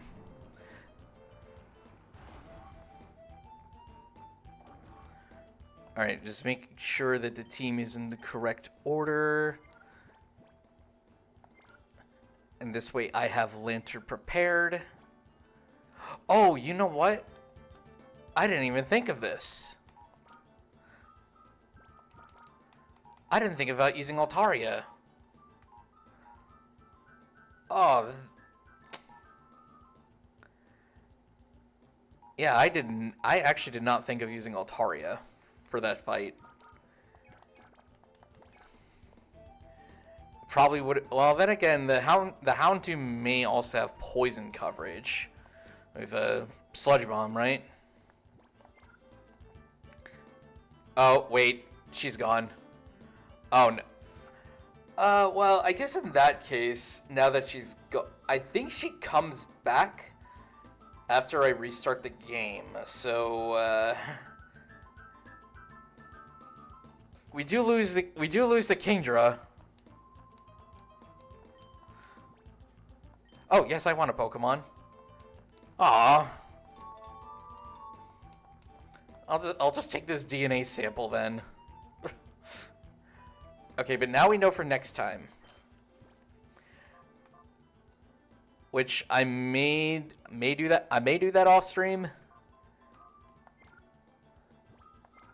And try to get the Kingdra there. Or I think they might actually show up again at a later point. I don't remember.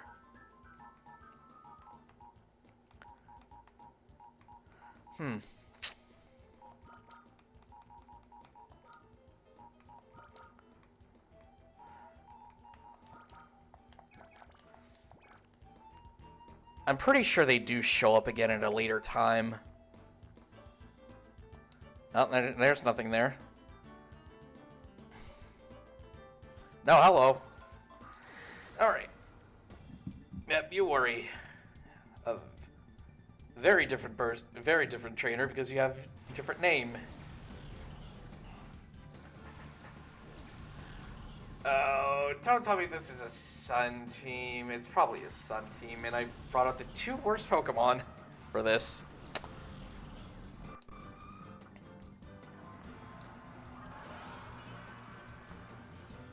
Well, also, is Scizor actually ready to be purified right now? That would be yes.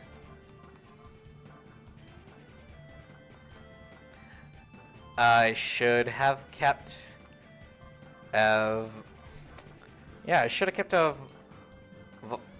Lantern in the party. I do not know if that oh, okay. Paddle dance the golem, please.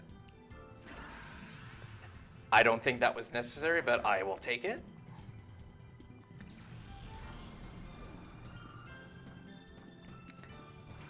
Oh, hey, you have your own Sunflora. That's neat. That's not neat, however.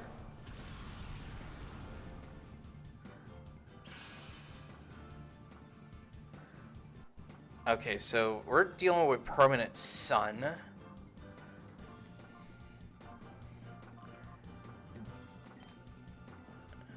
And Permanent Sun is not great. Because I'm pretty sure the opposing Sunflora has Chlorophyll. And it may likely go for a Grass type move. Yes it did. That did a lot more damage than I thought.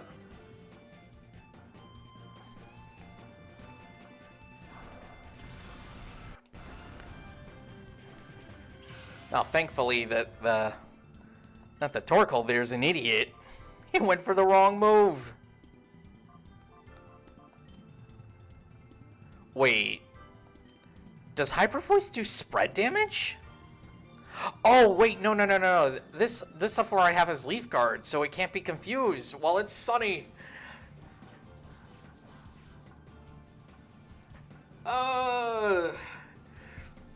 For once, Leaf Guard's actually useful. I'll take it. I'll gladly take it.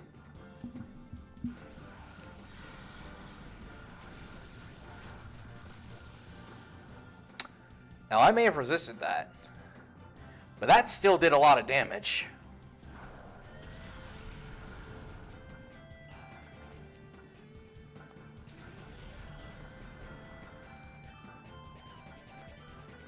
Alright, what's out next? Bayonet. Oh, Bayonet. It's a Shadow Bayonet.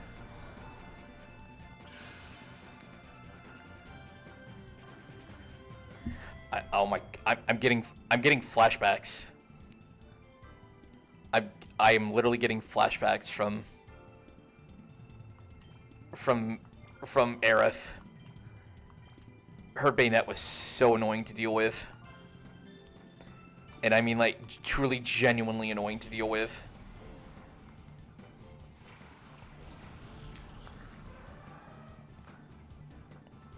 Body slam the Altaria? No? Okay. Oh boy.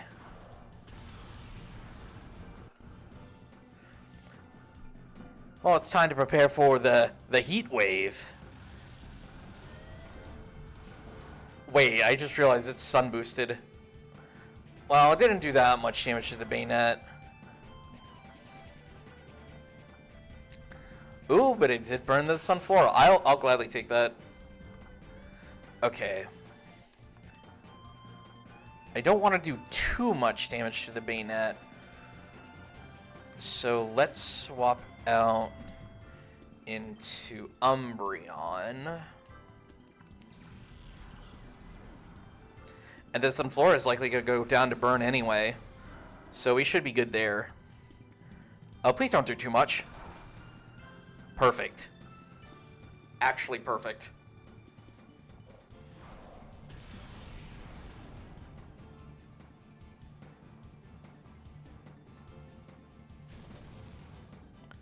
Well, actually, might take another turn of burn now that I think about it. Oh, nope. Never mind. All right.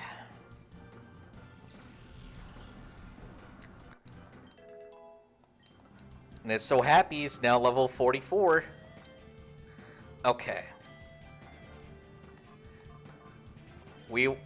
I'm not letting this one get away. Okay, so do that. Do our little infinite Pokeball trick. And, I guess I just heal. Because Bayonet's not really going to do much with Body Slam, even though in this ROM hack, it is technically Stab. 1, 2, 3. Alright.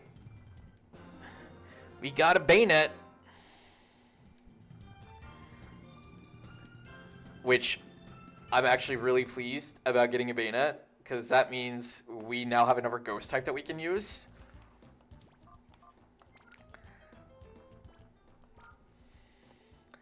Let's check this out. It's holding the spell tag. Yep, normal Ghost, Insomnia. I'm getting so many Pokemon that have the neutral nature, it's not even funny. Or a neutral nature in general. I don't think any Pokemon went down in that fight, so let's do a little Swaparoo. And we know Scizor is ready to be purified, so keep that in mind. Sunflora obviously needs to be swapped.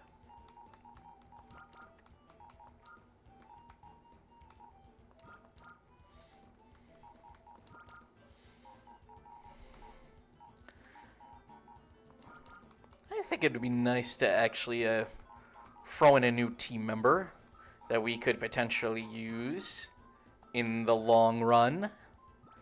Well, I would say it would be the long run, but we are kind of getting to the point where it's near the end game. And oh my gosh, I just realized I'm going to spend a lot of time in the, off stream, just grinding these Pokemon out. And it's mostly just the Shadow Pokemon that need to go through this. And we'll also have to go back and get Kingdra. Oh, this is going to be great. Oh, hello.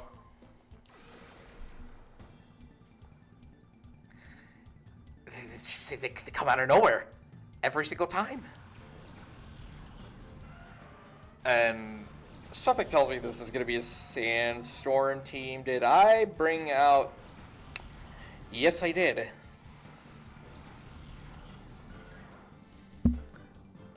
Wait.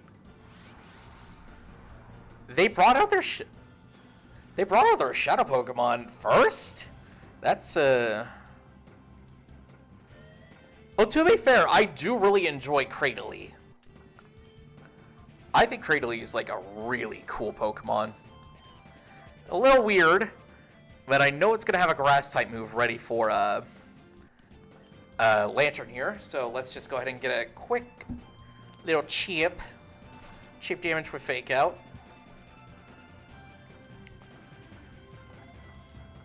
And I know Surf's not going to take it out, but my main problem is going to be that Rhydon. Just like that. I know Hitmontop's going to take some damage, but, you know, it's fine. A little collateral damage doesn't hurt anyone. And next up is Masquerain. Masquerain. Huh. Honestly, I was not even expecting Masquerain to come out.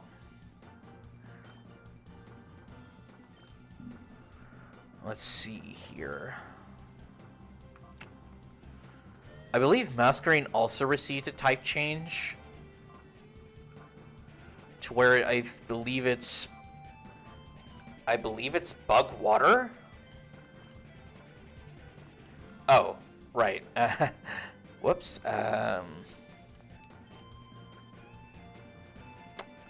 Yeah. I'm definitely expecting a grass type move to come towards a Shucky. I probably should have swapped them into different slots, but it's whatever. Oh, you know what? It paid off. Because there was going to be a hydro pump right in Rhydon's face.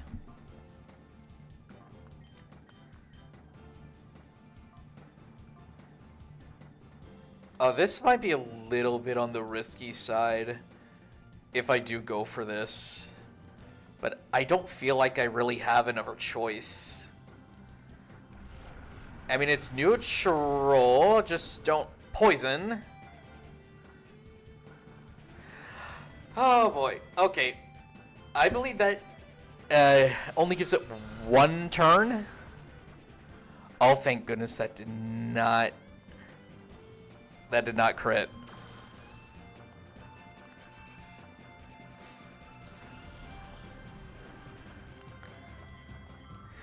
But now we're in really dangerous territory.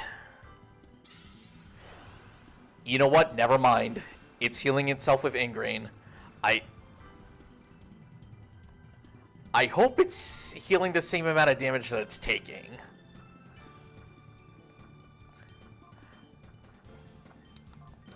I really do hope that it is taking the same amount of damage that it's healing.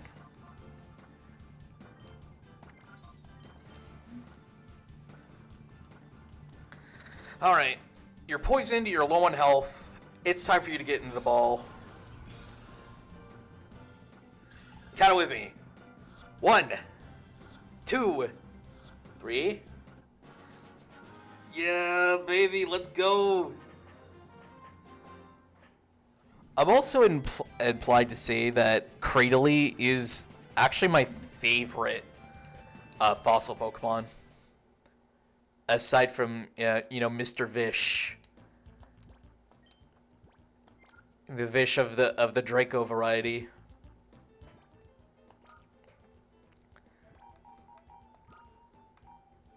Let's see. You're probably neutral nature. Oh no, you are a lonely nature. That's plus attack minus defense. Okay.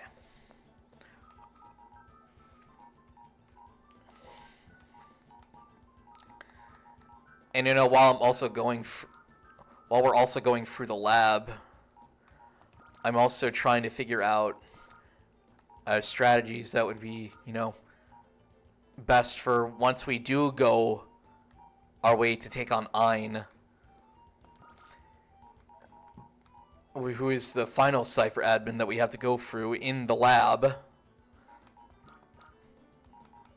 And from what I recall, his team is mostly focused with Rain. Rain and Thunder. Wait, was there anything to the left?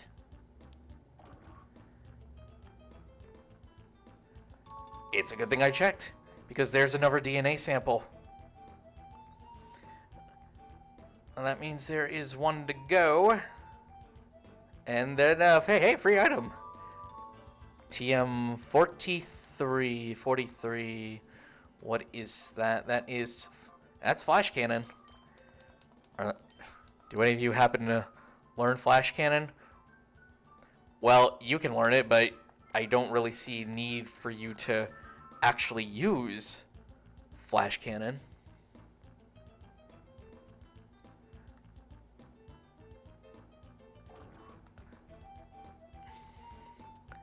Okay, I think that guy might be mandatory.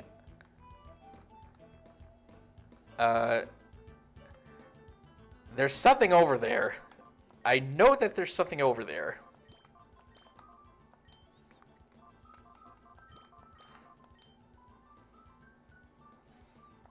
Also, this probably isn't the best team to potentially go up against him, because I have a few Pokemon that are definitely weak to water.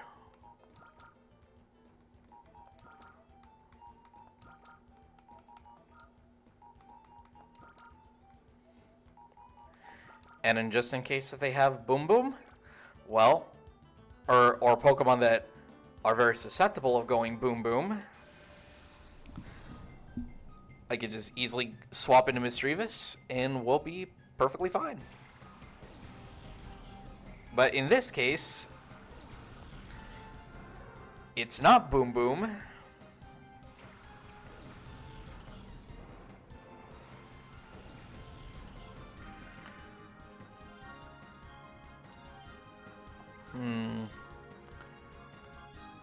Well, I guess it's a... Wait, does Volbeat also have Lightning Rod? It does. Ooh, I believe we could do a little bit of shenanigans if both of them decide to go for electric type moves. Or if the Plusle is just like a pure support going for Helping Hand.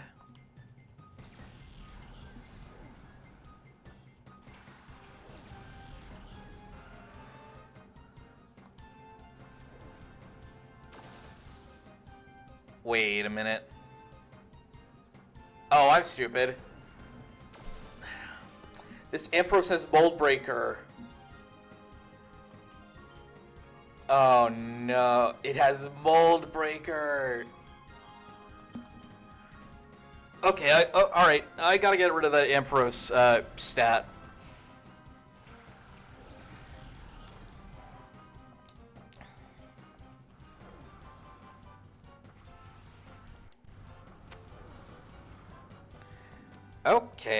Okay.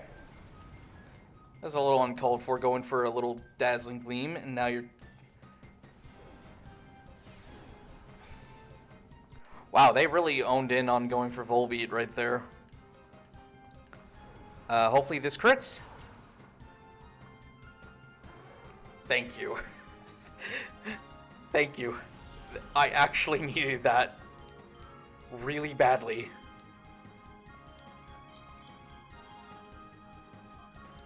But now it's gonna go for Dazzling Gleam. I'm pretty sure it's gonna go for Dazzling Gleam.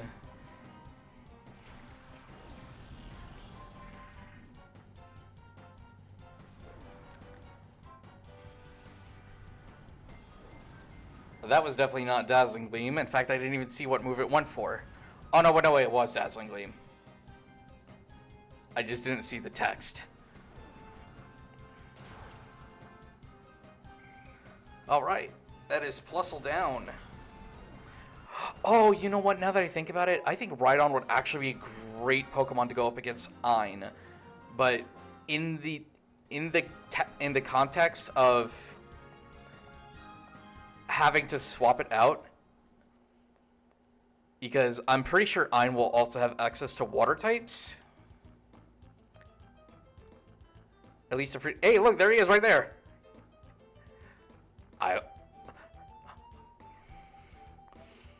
He's just there doing his own thing. Okay, so going up there was completely mundane.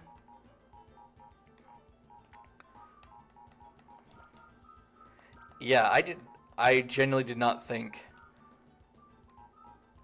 that it would go for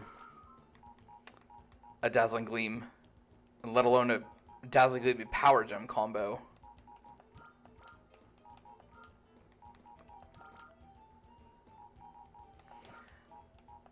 But hey, on the bright side, it didn't go boom. No, that's gonna have too many grass types.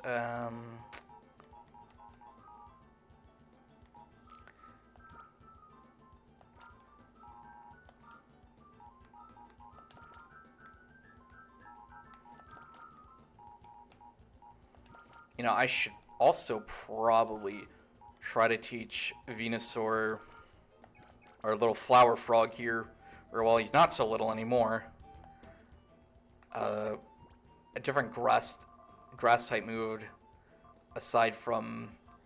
In fact, I don't even think I have any of her grass type moves. I do not. Oh, they just constantly pop out of nowhere. Every time.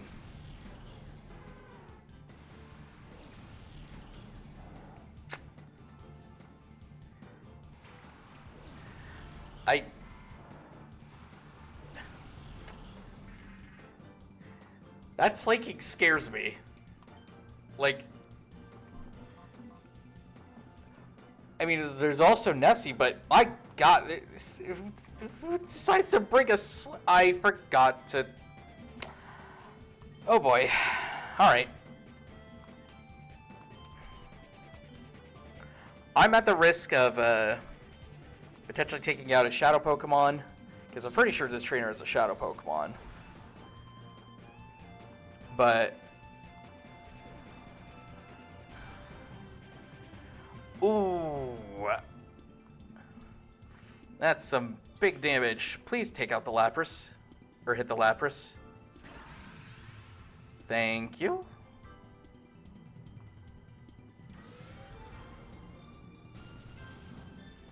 That did not do as much damage as I thought. At the very least, this Slaking should have Truant.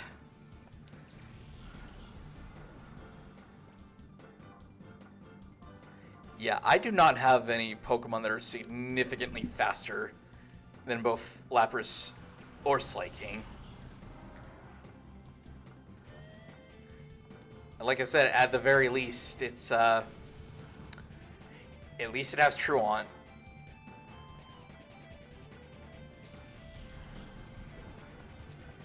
To think that you'd have a Pokemon that is... Oh, that's definitely a Shadow Pokemon. And what a coincidence that I brought a Dark type in front of a Alolan Ninetales.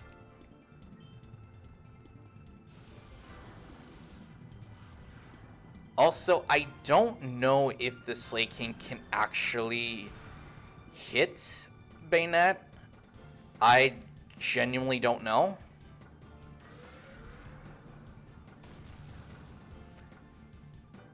But I'm pretty sure for a fact that the Alolan Ninetales can hit Umbreon.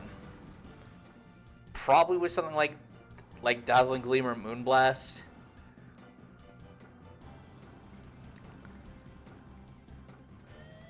But I guess as long as I can whittle down the Slaking with Toxics and eternally toxic damage, we should be fine.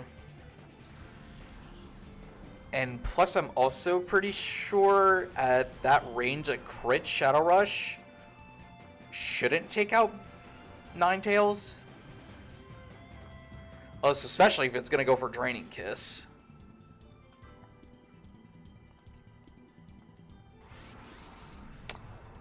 Well, that happened. Oh boy. Okay.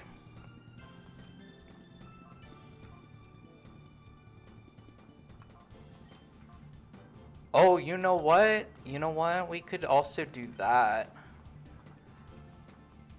We could low kick the Slay King. If Magmar lives it. Oh, that's an Aurora Beam onto Bayonet.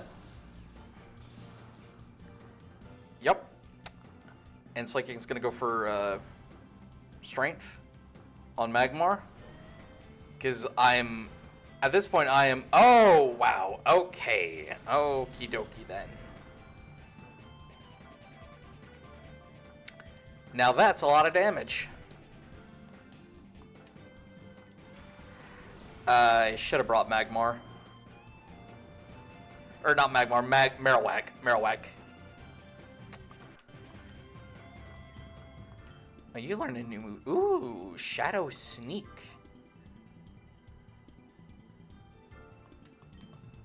Let's get some chip damage in. Not do as much as I thought. Uh-oh. We may be on the track of potentially losing Ninetales here.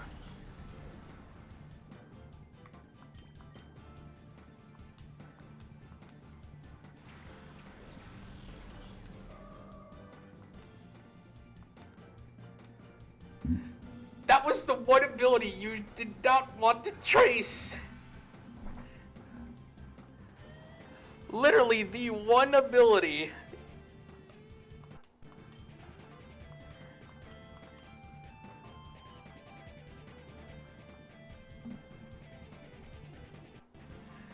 Oh my goodness, dude. It traced Truant. Truant. Oh my gosh. Oh my, oh no, oh no, no, no, no.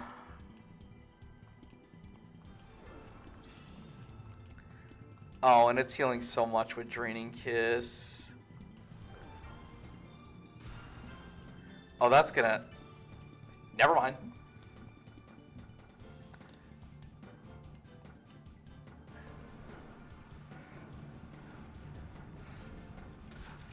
Yeah, I might be losing Ninetales here, as well as Kingdra. But we can always go back at a later time.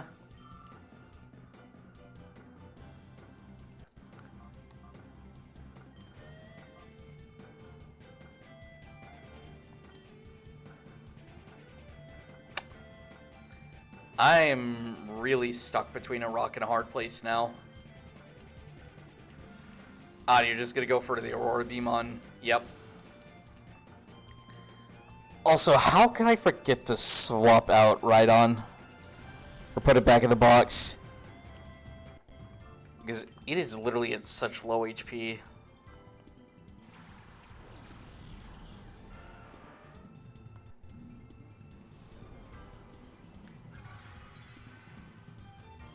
I may be cooked again.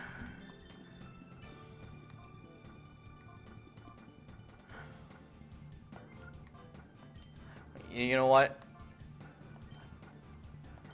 I might as well go guns blazing.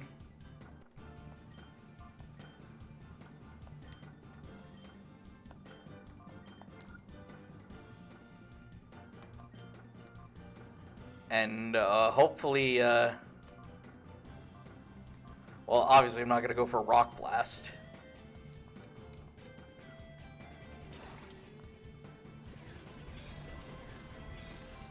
Let's see if this works. 1, 2. Ah! Damn it!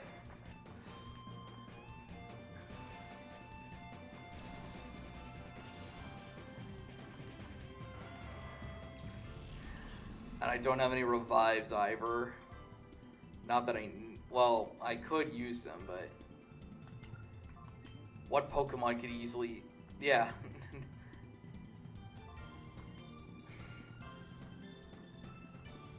If it wasn't for that Slay King... Oh, no, now you're gonna go for fake tears. Now that Umbreon's the only Pokemon left.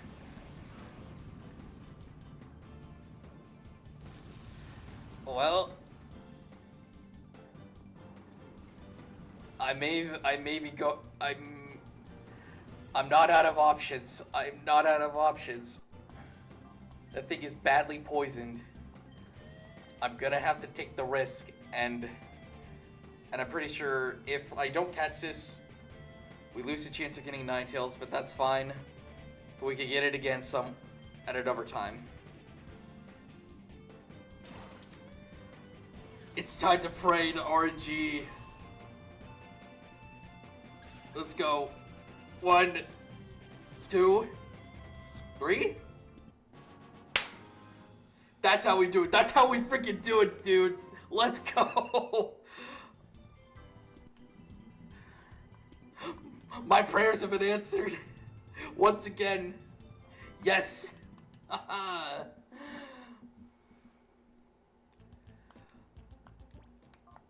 don't want to go through that again.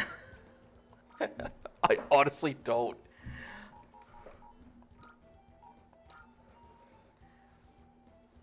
Impish nature. The fact that this thing was impish nature, it could have done a lot worse.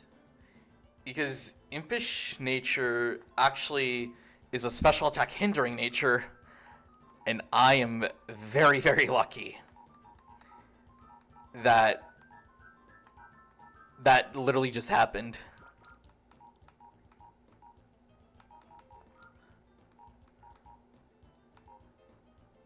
And I can guarantee you, something like that is probably never going to happen again.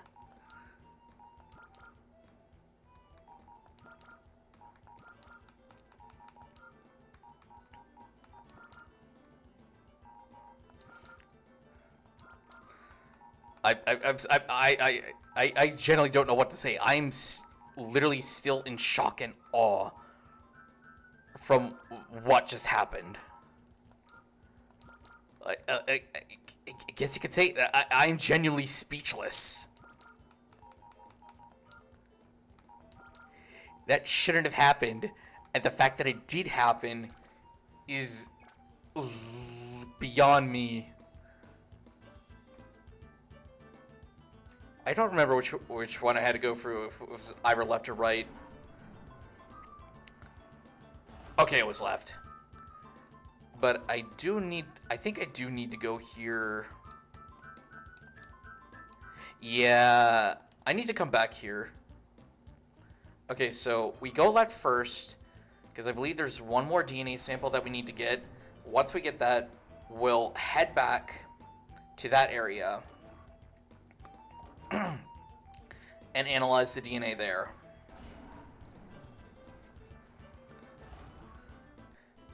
Because I do generally remember that there is a... Oh, no. Did not want to see that. There's a code that we have to input.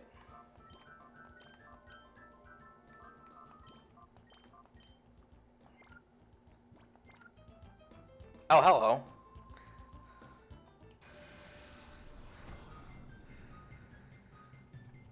Alright, let's see. Let's see what we got here. Oh no. I think I may have brought out the wrong Pokemon for this. I definitely brought out the wrong Pokemon for this.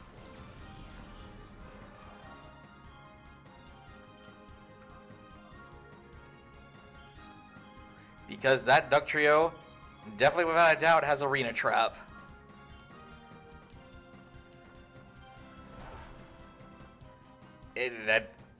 That did not do as much damage as I thought.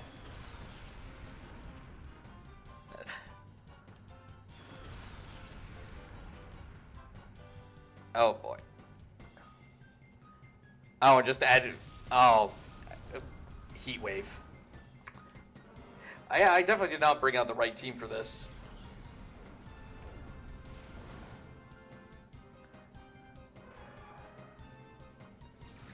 But hey, it's alright. I'm pretty sure this guy doesn't have a shadow Pokemon.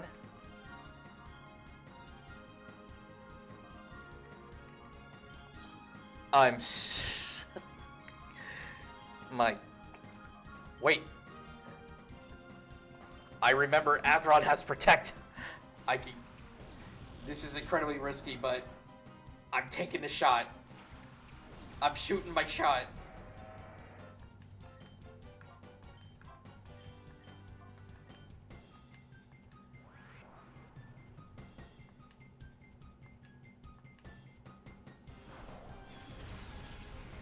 This was probably really stupid. I should have brought an Intimidator, but I didn't even think about that.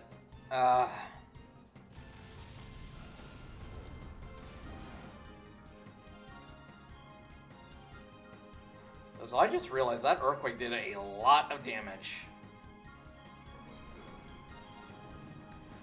This would be great if I crit. Ah! Well, that's not good. Surely Aggron can live in Earthquake.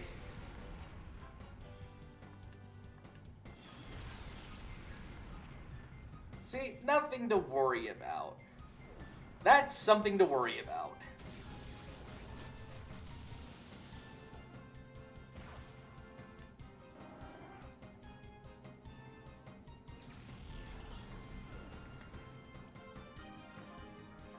It doesn't help that all of my Pokemon are slower. Oh no.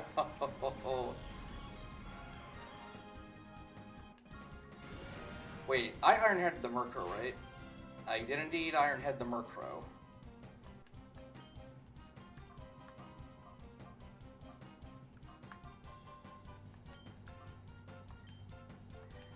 No, it's fine. It's like Aggron can live another Earthquake, right? I mean, if Rhydon can live in Earthquake, so could Aggron. Aggron, in fact, did not live a second Earthquake. That was definitely a high roll.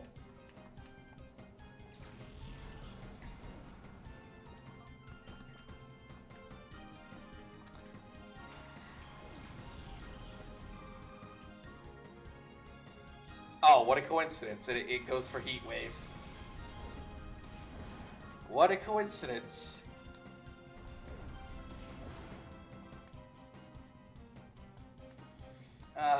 Okay.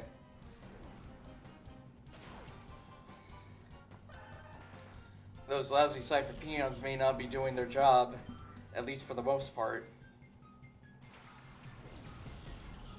But this guy's definitely doing his job.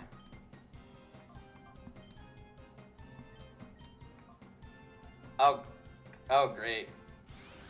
Well, yeah, that's definitely game.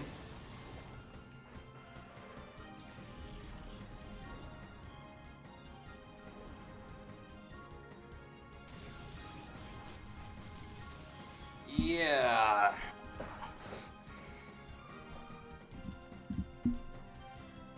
It's definitely not going to get easy from here on.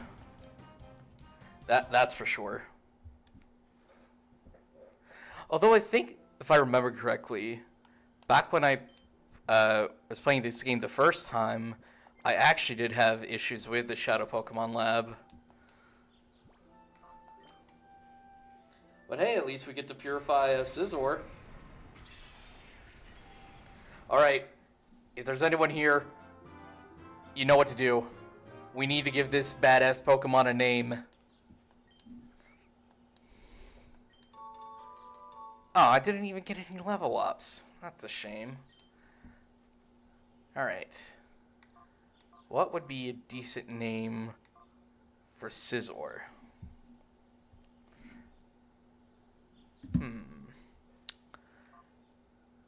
I mean, I'm pretty sure...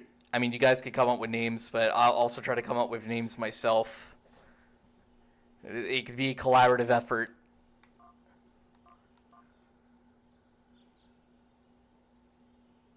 Oh, actually, I think I have a...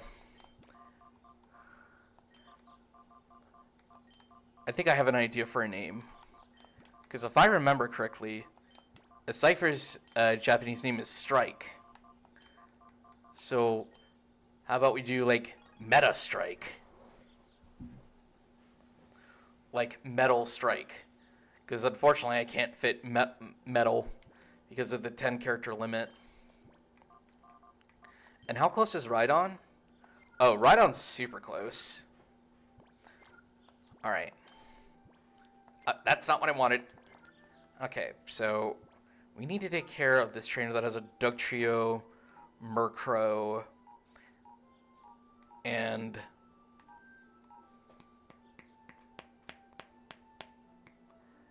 what was it? Love Disc, that's right.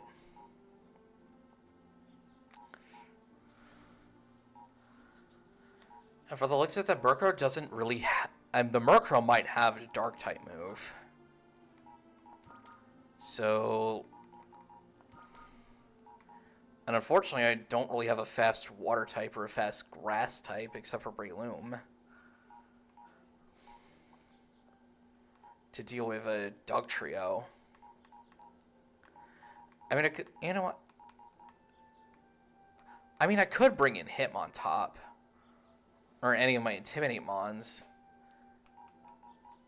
And you know what? I very well could just do that.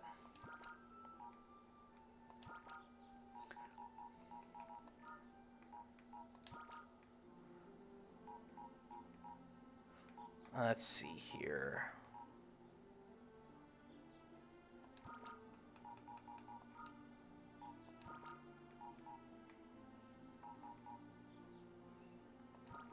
And you know what? We could bring in Volbeat as well, since it is a relatively fast bug type. Which, now that I think about it, is quite hilarious. And now the more that I think about it, I think it's actually a really good thing that I actually stayed right in front of the Relic Forest. Because in case if I do white out, and if a Pokemon's literally on the verge to being purified, or is ready to be purified, hey, we could just be right there and... It's like, hey, look at that. Pokemon's ready to be purified. Let's get going.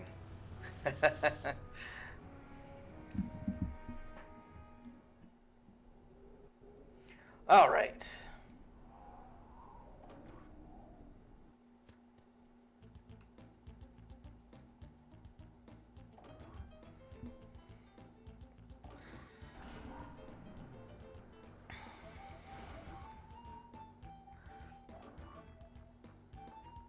I believe we actually do exit through the right, so if I do remember correctly, we do exit through the right. But now I'm ready for this sleazeball that thinks it's cool to have an arena trap Dugtrio.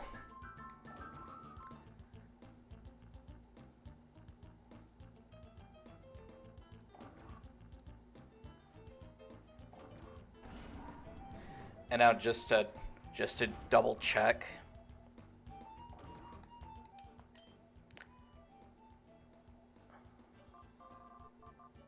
Yeah, we should be good to go. All right, I'm ready for the rematch.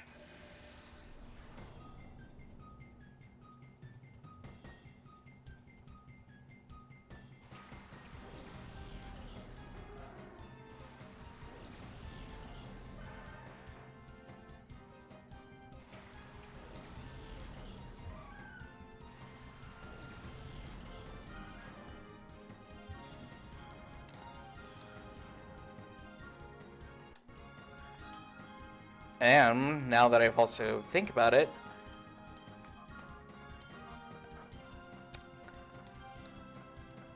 I'm not going to be taking as much damage from Earthquake now.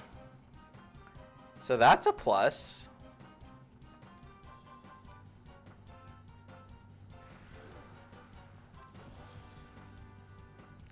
Oh, wow, that almost one-shot.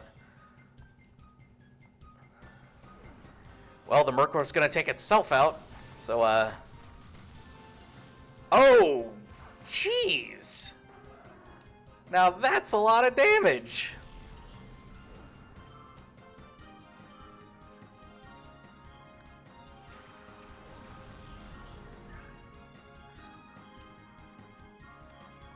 Okay, then. Yeah,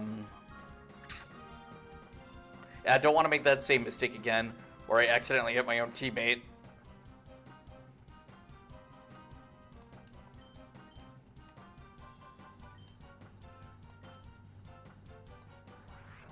Ah, crap. I mean, him on top's gonna go down anyway, so... I guess it's fine.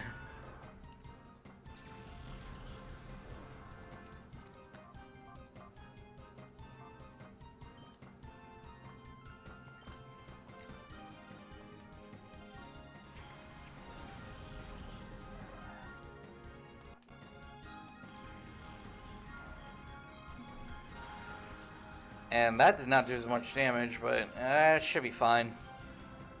Special defense drop, though.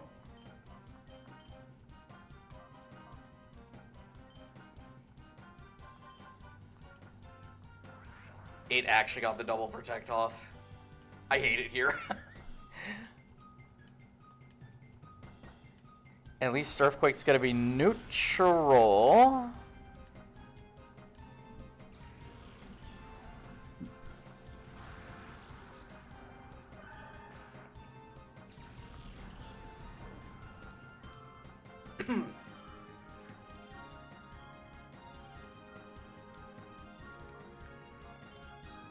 Let's see here. I don't... voice crack. I don't know how much Hydro Pump will do if it decides to go for Hydro Pump on Volbeat. Well, it decided not to go for Hydro Pump on Volbeat. Which means I probably would have been fine.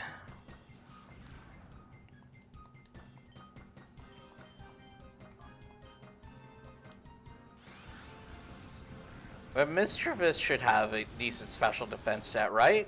Yeah, see? It took that Hydro Pump pretty dang well. And there we go. There goes down the Heartfish.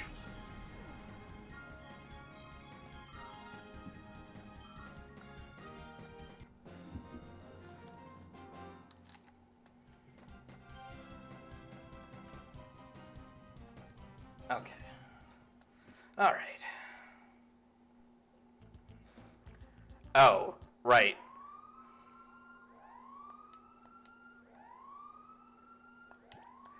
I forgot about this part. Well, now that that's happens, that this also technically means we are getting close to the actual boss fight against Ein.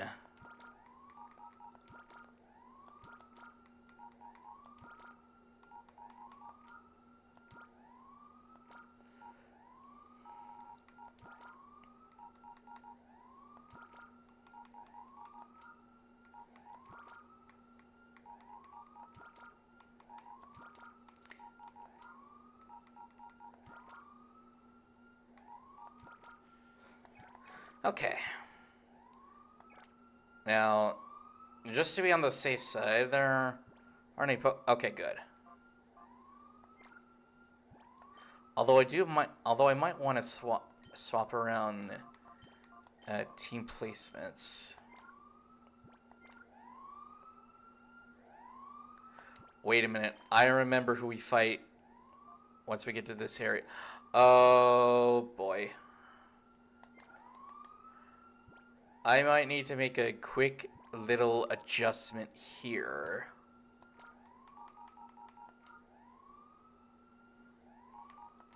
Because I know what happens at this point. I know which trainer comes at this point. At least I think I do. Nope, that's not the trainer. That's probably a little bit later.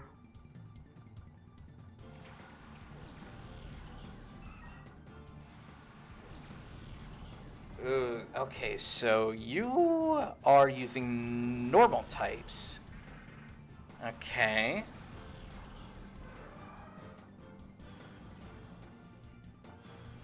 I don't like the fact that they've intimidated me.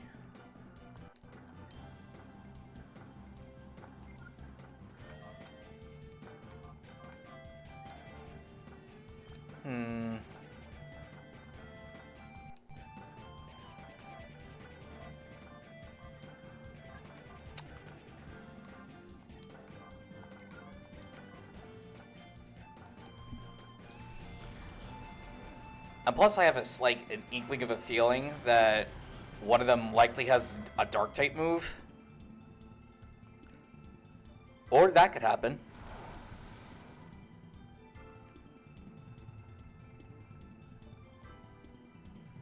Oh, you don't have to play this whole animation twice.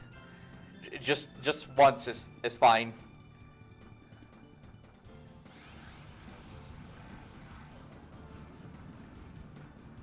Oh no. Oh no. Oh no. No. No. No. No. No. No. No. No. That's a gust boost. That's a guts boosted swallow.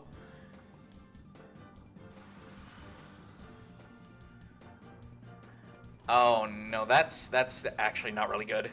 That is very, very, very bad. I need to take that thing out immediately.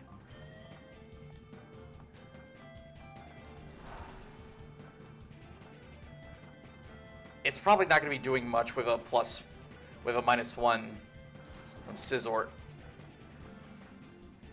I know that doesn't seem like a lot, but trust me, that is a lot.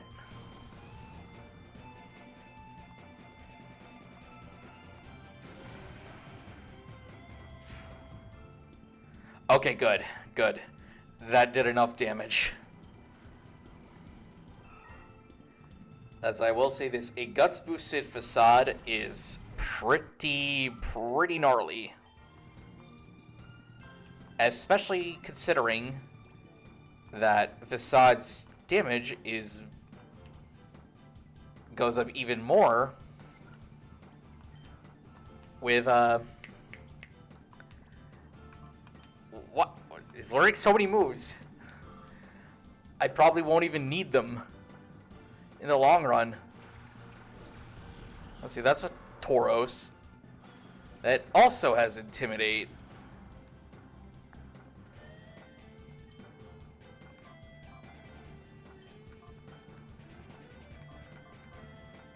And now I'm kind of scared. Kind of scared. Because I'm pretty sure Tauros is also going to have a facade on them.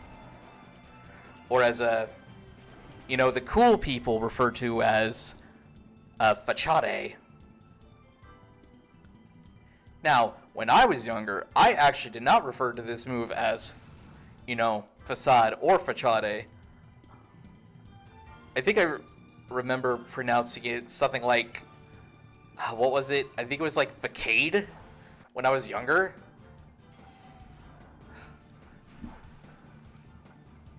No, yeah, that -1 is not gonna be doing good. But if these Pokemon are only gonna be going for facade and body slam, I do actually believe that Bayonet might actually be the right Pokemon to send out in a situation like this. Because they'll now be forced to attack my other Pokemon.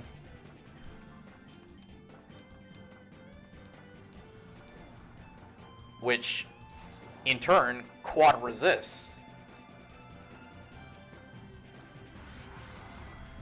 Oh, right. That has Psyshield Bash. Okay. Well, it's going down anyway, so... Wait, is it gonna go down now? Okay.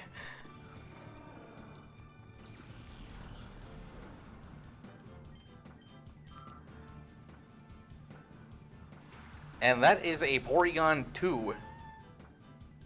A correction. That is a Shadow Porygon 2.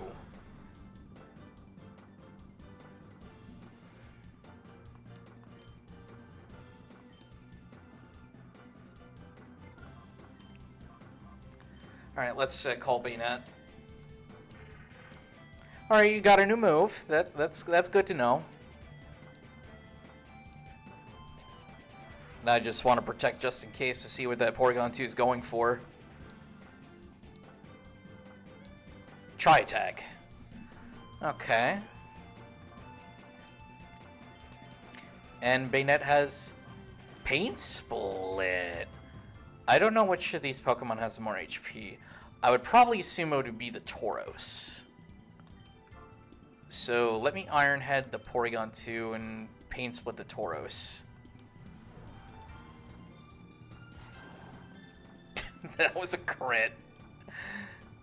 I know that doesn't seem like a lot, but I mean that was a lot considering it was a quad resistant crit.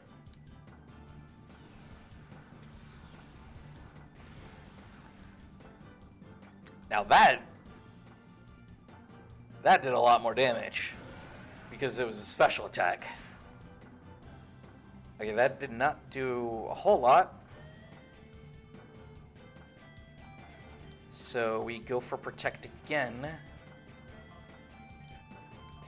And I'm going to take the risky gamble over the Shadow Rush on Porygon 2. Just don't crit.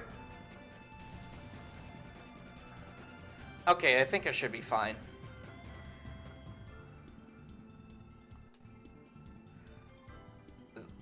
I generally don't think that they actually have an answer for Bayonet, which is crazy now that I think about it.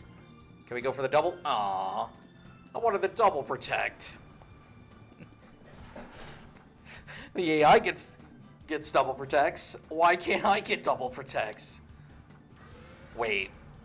Why is it going last? I know Bayonet is slower. Bayonet and Aggron are slower, aren't they? Oh, wait. That might have been a speed tie. It was probably a speed tie.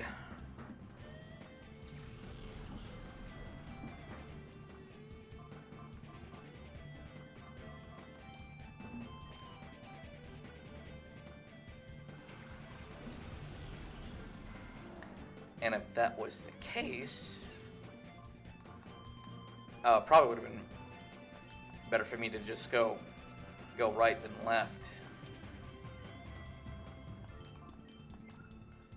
So let us do Shadow Rush on Tauros.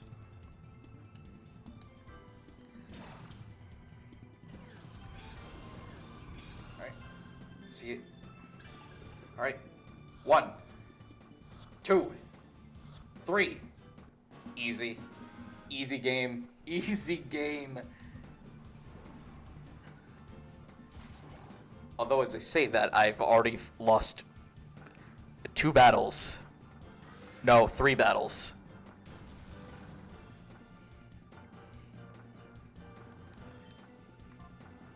But hey, now all I have to do is deal with this Tauros and easy dubs. That animation still gets me every time. It literally stands on one of its hind legs and hops. Oh my goodness, dude. I freaking love it here. I love it. It's so goofy.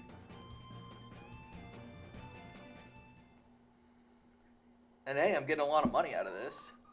Alright. It's time to do a little bit of a team swapperoo.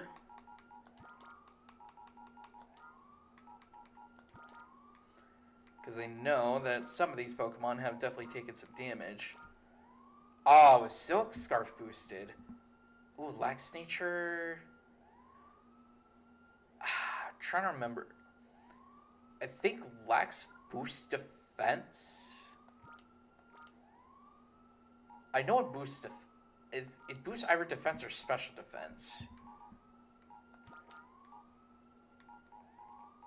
But I can't remember exactly which defense. I think it was physical.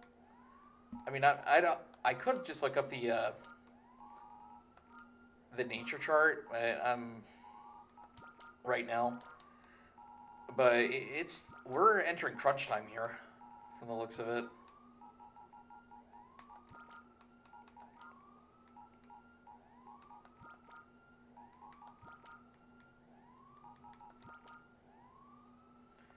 You know what? It might also be a good idea to not have multiple grass types.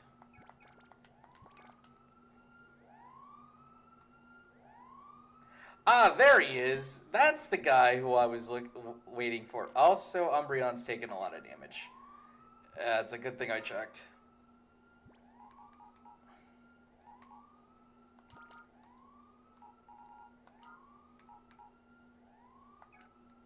Oh, you know what would be really funny? You know what would be really funny? If we used his own Pokemon against him. I think that would be really funny.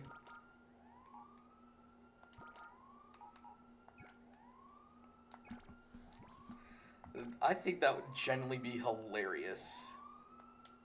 Oh, wait. I need the DNA samples, that's right. I think I only have 2. I think I only have 2 of the 3, right? Yeah, I need to find that last DNA sample. Because that's where we need to do it. In the meantime, we just get to hear these lovely siren noises.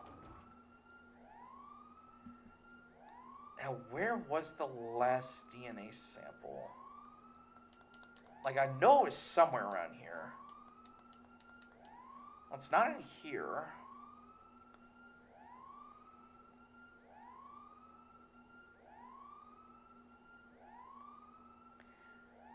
Oh my god.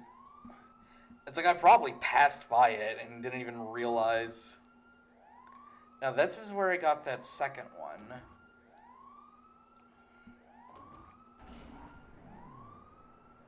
And now that I recall, I think I don't think Scrub's the second to last one, right?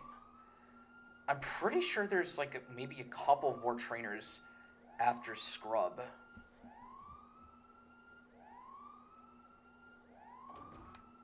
Now this is where I got that first one.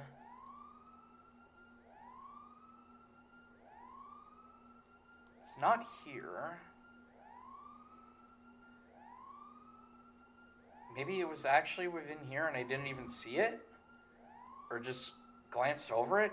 That's probably it. That I glanced over it and didn't even realize.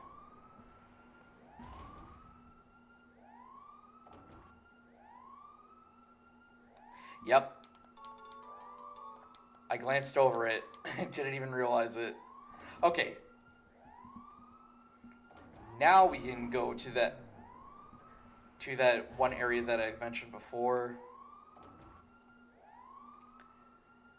Yeah, we're kind of doing things a little bit out of order. But it's fine, it's fine. I just hope that, once we do get to the whole nitty-gritty, because we are going to be facing off against Ein soon, that it doesn't take 3 attempts. Like, it's taken... Like, I got it with Mirabee on my first attempt. Somehow. Dakin took 3 attempts. Aerith took 3 attempts. And I was very lucky on that last attempt against Aerith. And then we have Ein. And since we're playing the Kanto version of this ROM hack, that since Dakin had Moltres and Aerith had Articuno, in order to process elimination, Ein's most definitely going to have Zapdos. Alright, let's see, DNA sample, we have Mightyena. Alright, now we need another one. The second one, which is Quilava. Okay, so this is the same. And this one. Oh, wait. That was the third one. And Croconaw. Alright.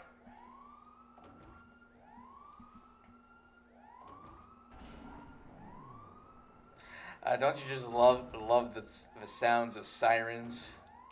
I think it's great. And this is something that we're just going to be constantly hearing until we, leave this lab by whichever means necessary, whether we beat Ein on the first try or, we lose and it takes multiple attempts. Okay, yeah, so this is exactly the same. So, Mightyena, Quilava, Croconaw. Alright. And now, we take on the one and only Scrub-a-dub-dub. Yeah, this is where we would rematch Scrub. If you didn't get his Shadow Pokemon here, this is where that you would, get a Shadow Pokemon. Ooh, that is Medicham.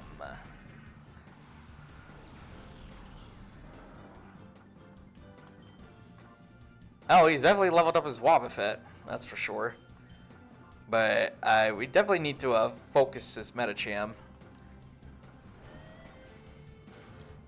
Because I'm like 99% sure that it has a yep, and it connects.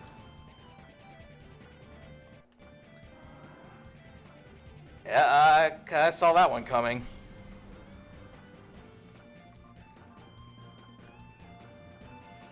And unfortunately, there's not much that we can really do. Because Wobbuffet has Shadow Tag. So we really can't swap out any Pokemon. Fortunately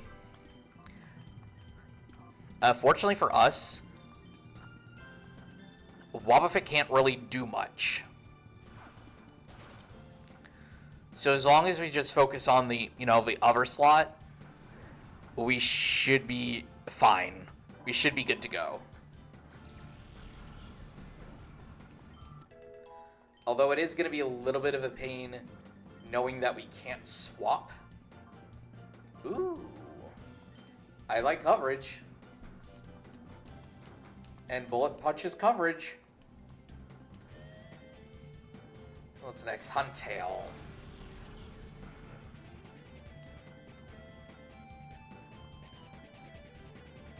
Okay. Let's do this and this. Now, if I remember correctly, another Pokemon that Scrub has is Scorobus. And that's going to be a little annoying. Of course it missed. Well, hopefully Shadow Rush does a good chunk of damage. Nah, nope. But yeah, like I said, this Wobbuffet literally cannot do anything. As long as we do not target it.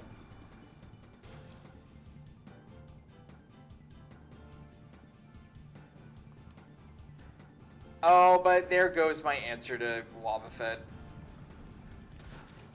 As long as it doesn't... Okay.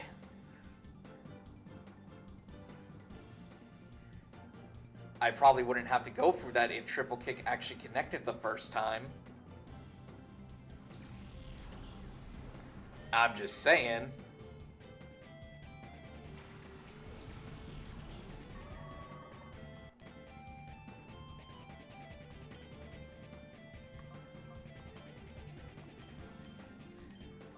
Alright, let's... Okay, it's going for agility. That's great. That's great. Then we can just pain split the Wobbuffet and get a good chunk of health back.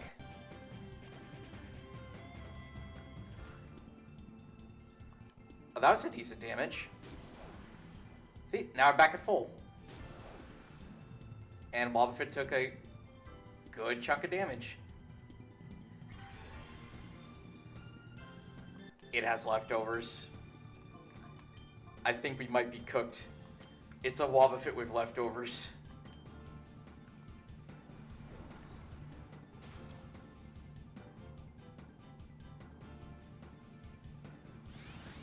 Oh, jeez, and the Hydro Pump connects.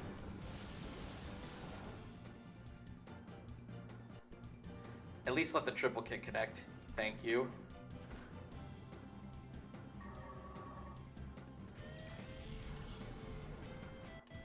Normally, Scrub's last Pokemon would be the Shadow Hitmontop, but it looks like it's Golem. And I know how slow Golem is. So we Pain Split the Wobbuffet again. Wait. Doesn't this Golem go boom? I don't remember if it goes boom. I don't think it goes boom. But I need some healing. And this is the best way to heal. Oh, Thunder Punch? Oh, okay. Well, I think we just win here. Since Golem is slower. Okay, so we could just constantly Shadow Sneak the Wobbuffet. And I'm pretty sure Golem just goes down to a Bullet Punch. Nice.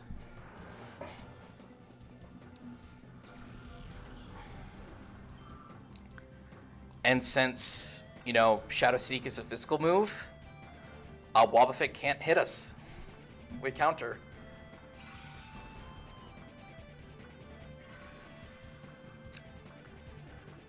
I forgot about I genuinely forgot about Destiny Bond.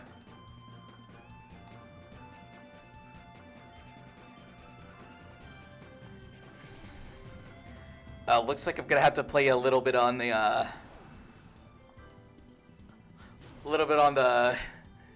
weird side. Yeah, it's just gonna constantly go for Dusty Bond because it's at low health.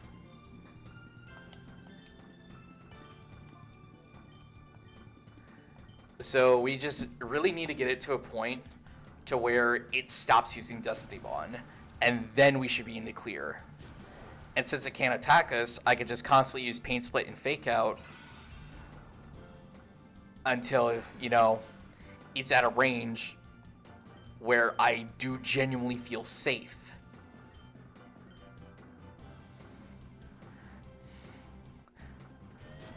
Which is why I'm only going for Fake Out and Pain Split.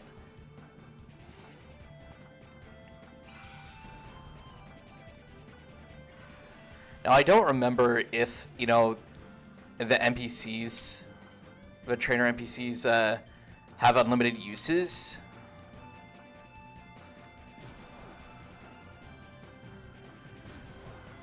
Oh, I hit the wrong Pokemon. That's fine, it's fine.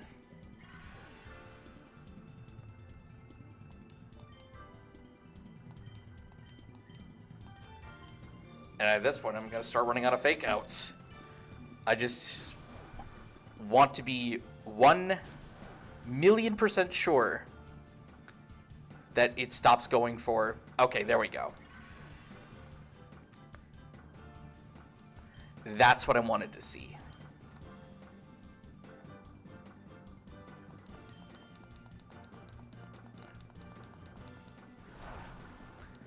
Although this does also mean that it's likely going to start going for Dusty Bond again, unless... Phew.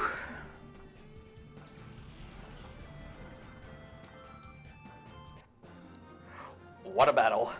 What a battle that was.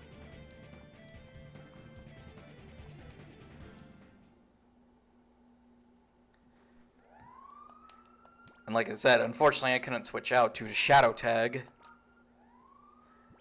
You know, some necessary moves have to be made.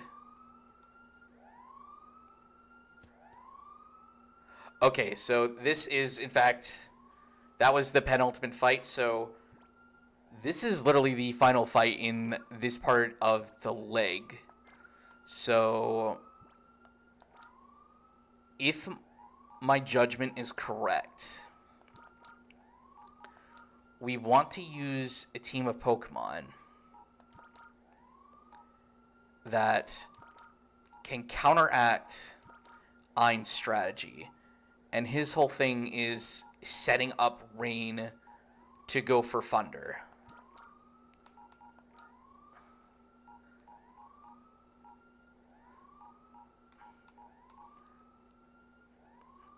And I think he also has some water types to provide coverage. So I think with this, with the idea of going for like having my own set of electric types, maybe not Ampharos.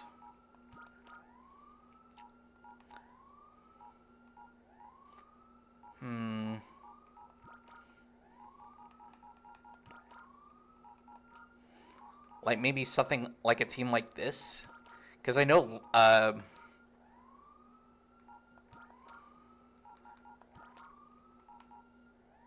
did heal Umbreon, right?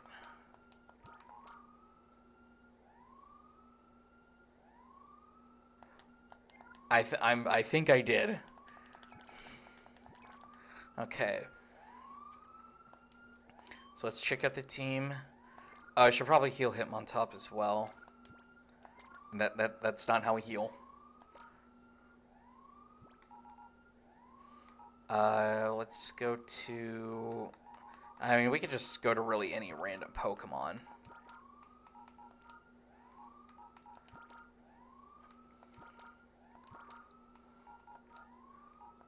So here's what I'm thinking for like a potential lead. Or potential leads in this case. So I don't know if anyone here is willing to give a second additional input.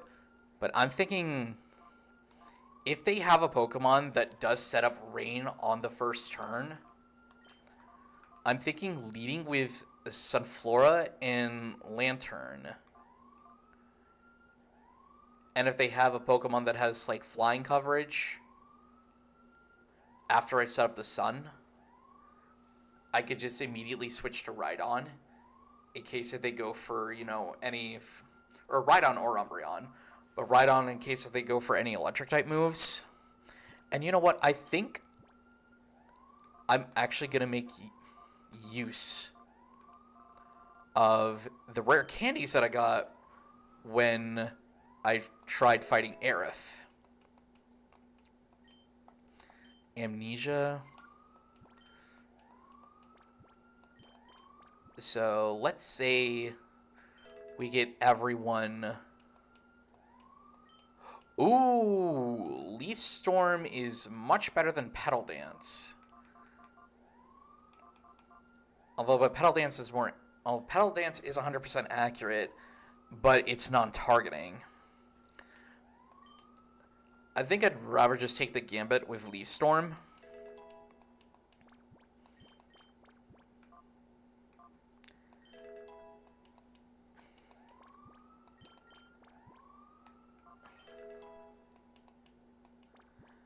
Let's see.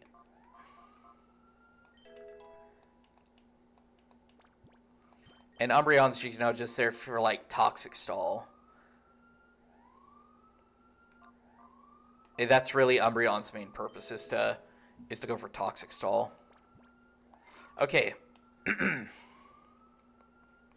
Oh, you know what? I also got some additional items while I was doing, you know, my off-camera shenanigans. So let's give both Shucky and Moonbuoy leftovers. And I think that ought to do it. Oh. I should also take this opportunity to teach some moves. I didn't think of that. Okay. So let's replace Surf with Scald. Because I don't want to do any unnecessary damage to my teammate. Is there anyone that can learn Poison Jab by any chance? No.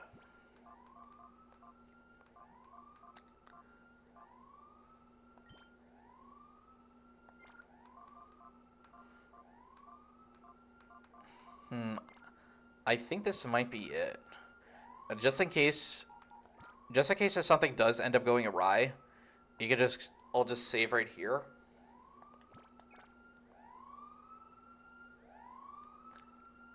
And let's do this.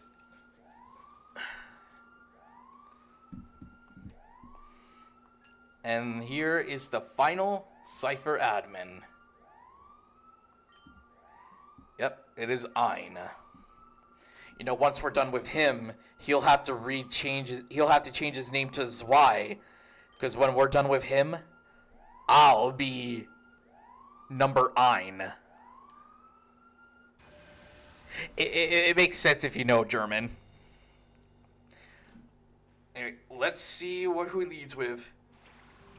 Yep, Pelipper and Manectric. I had a feeling, because that Pelipper is gonna be a Drizzle. Is gonna use Drizzle. Because Drizzle is its ability.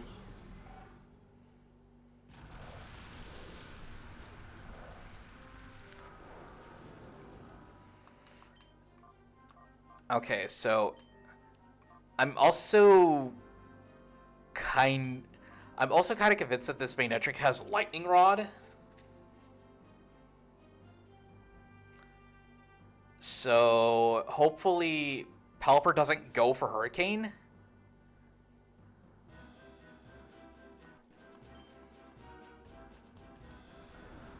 Oh, I see. Substitute. Oh, I know this strategy. Oh, yep, that Hurricane's 100% accurate when it's raining. Oh, thank goodness. I only needed Sunflora to get off a sunny day to get rid of the rain. And then we lived on 1 HP. This is literally the best case scenario.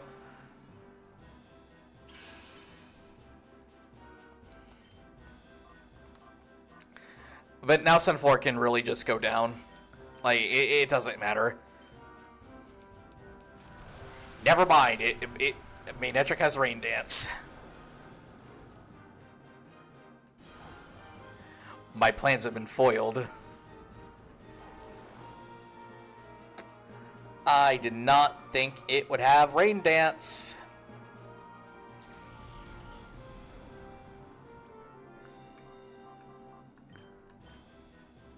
Okay, in that case, this Manectric is actually going to be a real problem.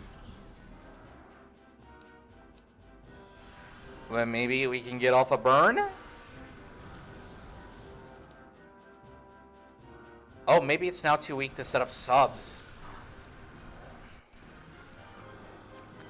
That's what I'm hoping, at least. And I guess also considering that Rain Dance only... Oh, no, it's still strong enough to make a sub. But barely.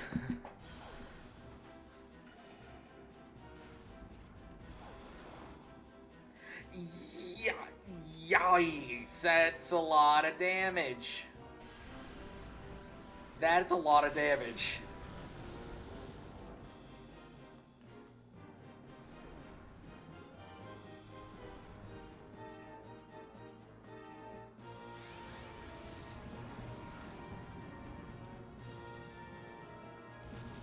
This is actually an incredibly smart strategy, though. Going for a Rain Dance. To have a Pokemon with Rain Dance to counteract this. Oh, no. Is that Pitaya Berry?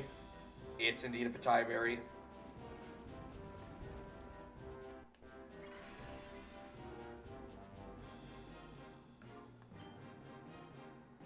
So that means, well,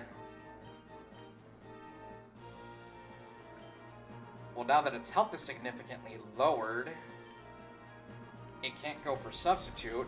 But my gosh, its electric attacks are going to be dealing a lot more damage.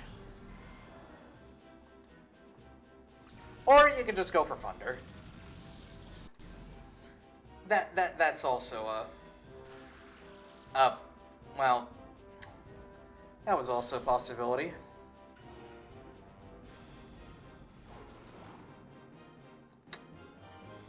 Oh boy.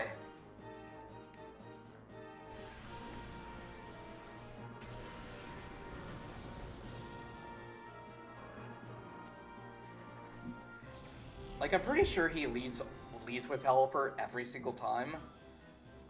Like, if you have to rematch him. Marowak.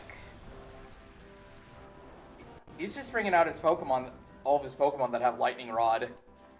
That's I'll be honest, that's actually a little annoying. Like, really annoying.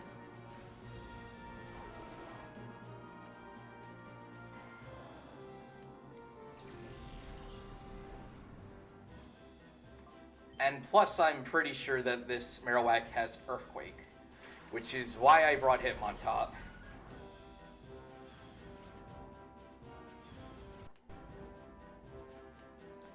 But if we get the Scald off and get a burn, or the one-shot, that works too.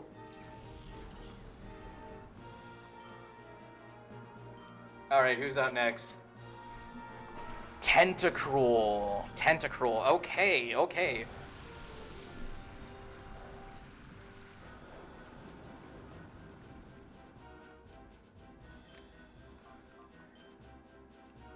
This is likely going to go for Fake Out. And I think Tentacruel has Rain Dish as well. So let's just Fake Out to get some more, you know, damage from the Toxic Poison. Because I definitely do not want to take a Hurricane. Let alone a rain-boosted Hydro Pump.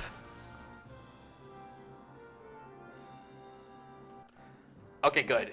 The rain stopped.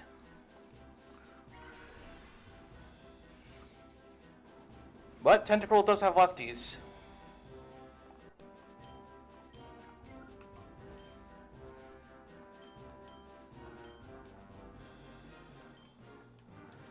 Let's just get some damage in on Pelipper.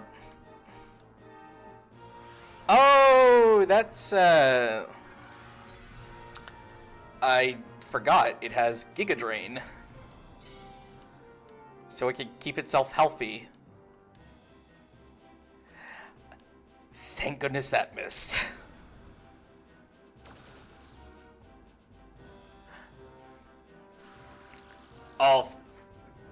Oh, that paralysis came in really clutch.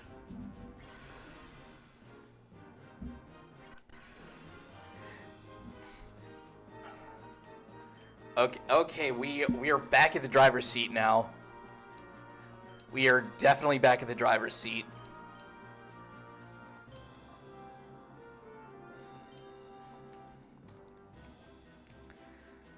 You go down to Bullet Punch because you're at low enough health. And we get to see Ein's 5th Pokemon, which is... I don't know.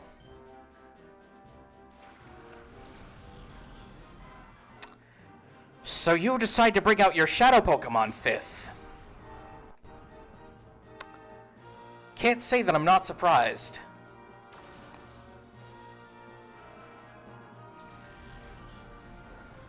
But yeah, we actually turned this into our favor now, which is great. And Crobat.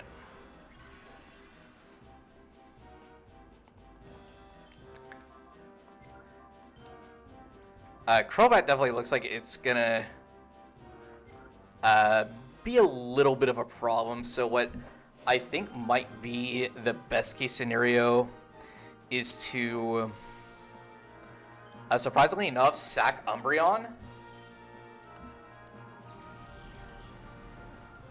and just have Lantern just completely focus on Crobat with Thunderbolt. That would provide if Hurricane actually hits or connects.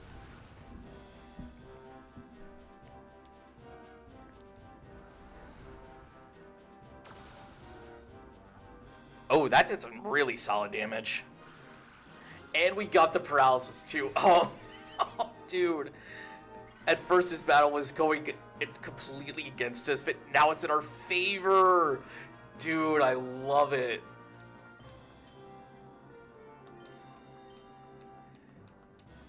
This is literally best case scenario. Oh, but that's not in our favor. That is a bird, dude, that literally just got an Omni Boost.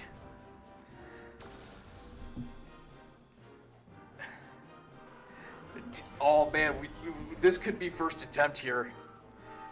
I'm gonna be so stoked if it is our first attempt.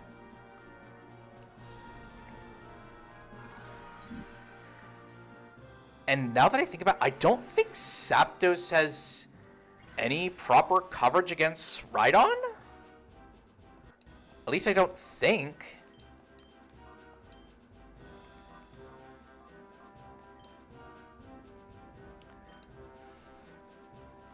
Because I'm pretty sure it well, aside from, like, you know, Shadow Rush, but that's completely different.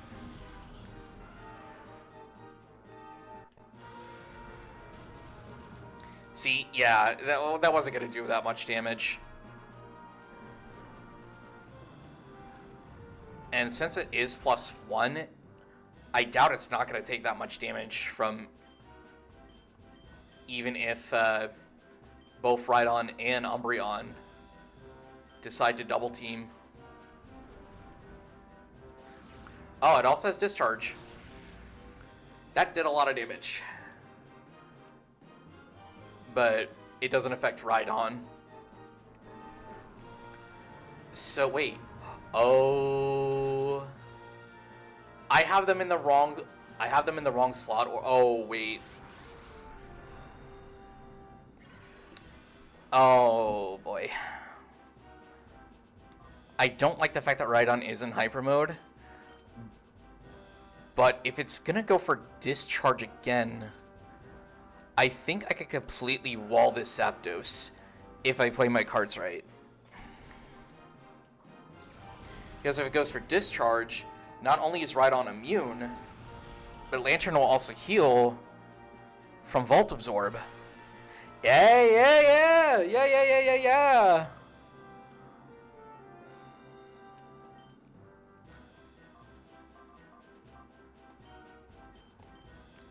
Okay, alright. Let's try to do something similar again.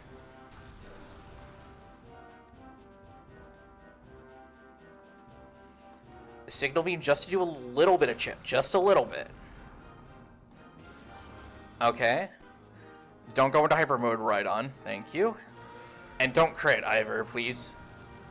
Perfect. Perfect.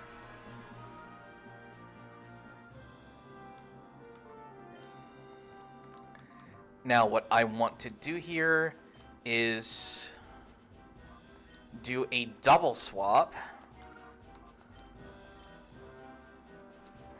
Since Shadow Rush is a physical move,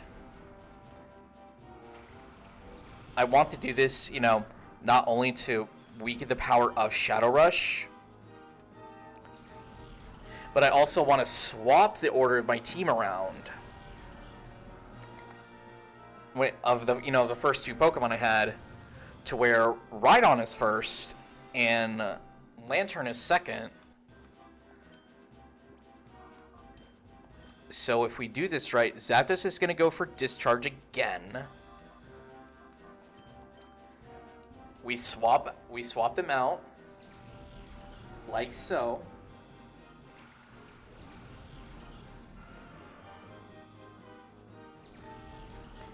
Rhydon's just gonna sponge the Discharge, and Lantern's gonna heal.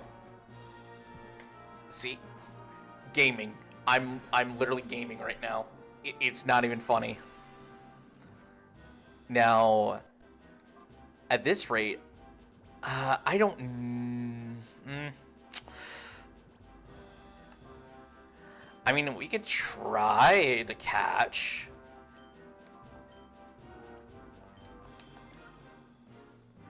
But I'm just gonna have to do a little bit more chip damage with Signal Beam, and hopefully I don't get a Confusion proc. See how it goes. 1. Nope, it broke free. I did get the +1 boost from Ancient Power from this special defense boost. So I think I'll be fine even if I do crit.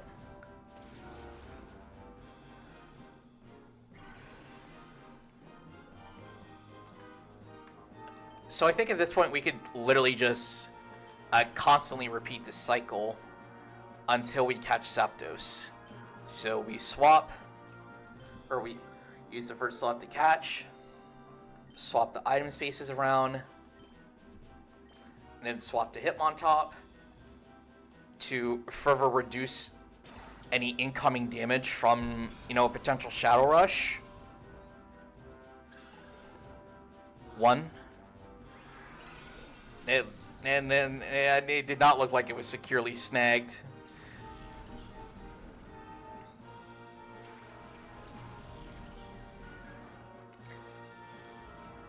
Okay, now it should be at -1, although that doesn't really matter.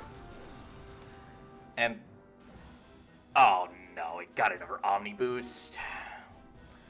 Now its ancient powers are going to be dealing even more damage. Ah!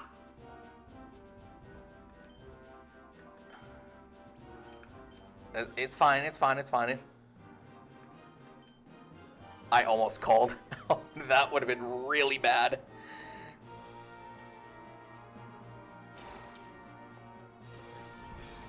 Alright, come on, let's get in the ball. 1.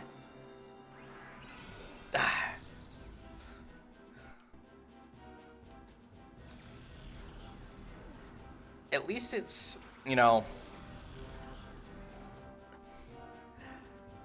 at least this is going way better than I expected.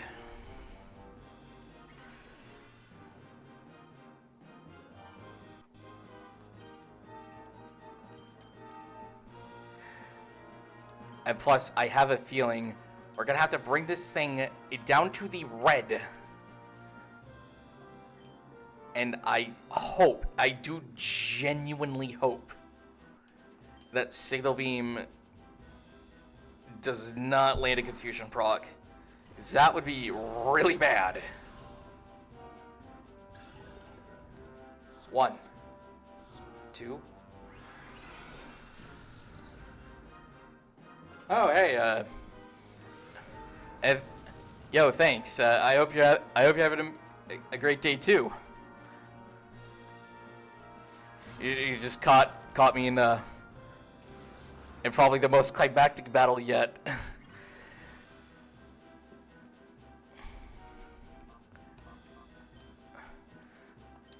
Oh wait, no, we're not swapping.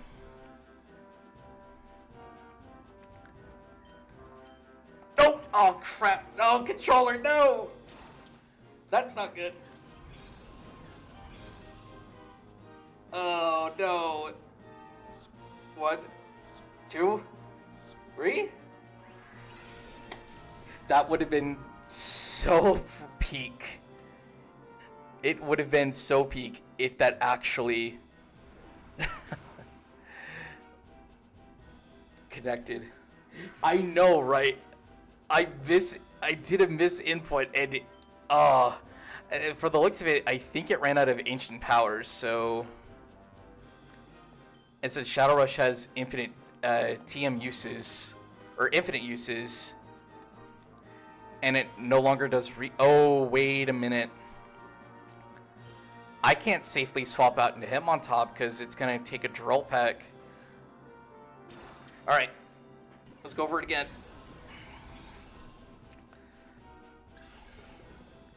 1, 2, 3. Let's go! We got it. We got the last one. And it's the first try, gets Ein. Oh man, that's great. Oh. Oh, the dopamine's kicking in now. Oh.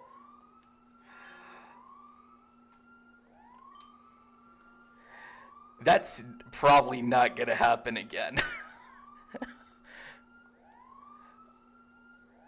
And I guess technically with that, oh, wait, there's a thing right here.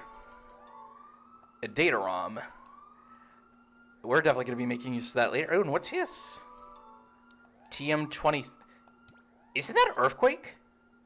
Unless they changed it. That is indeed Earthquake. It was not changed. All right, now, while we're at it, let's get out of here.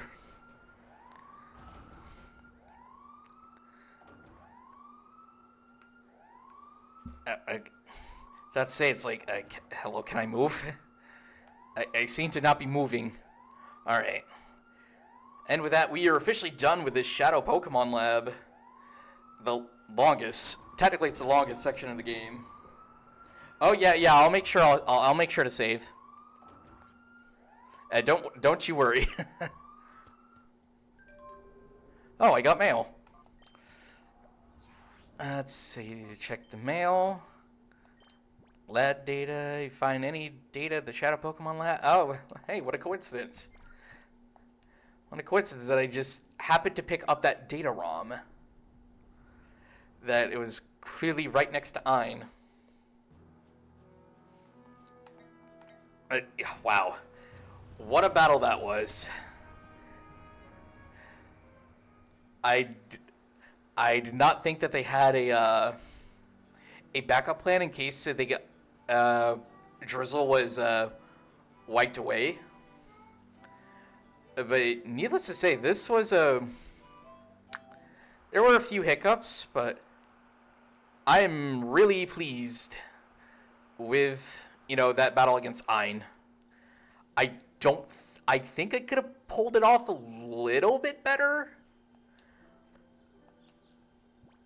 But I mean, I did what I did, and it just somehow worked. Also, Rhydon was already ready to be purified. Yeah, Rhydon's definitely going to be a fixture for some teams going forward. And regains the move Smart Strike. Ooh, dude, that's a really sick move to get. You gain 8,000, so that's one level. Who wants to learn Crunch? I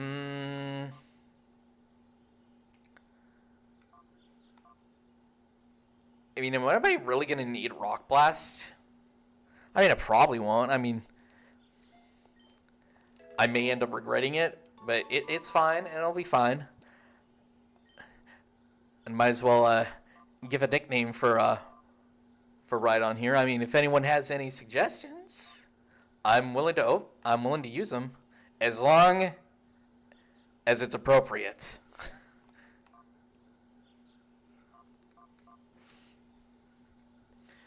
In the meantime, I'll also try to think of a name. Let's see.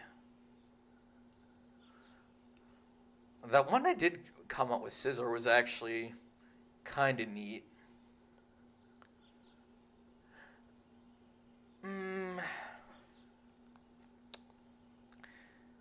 Now that I think about it, I do remember giving names to the Einhorn.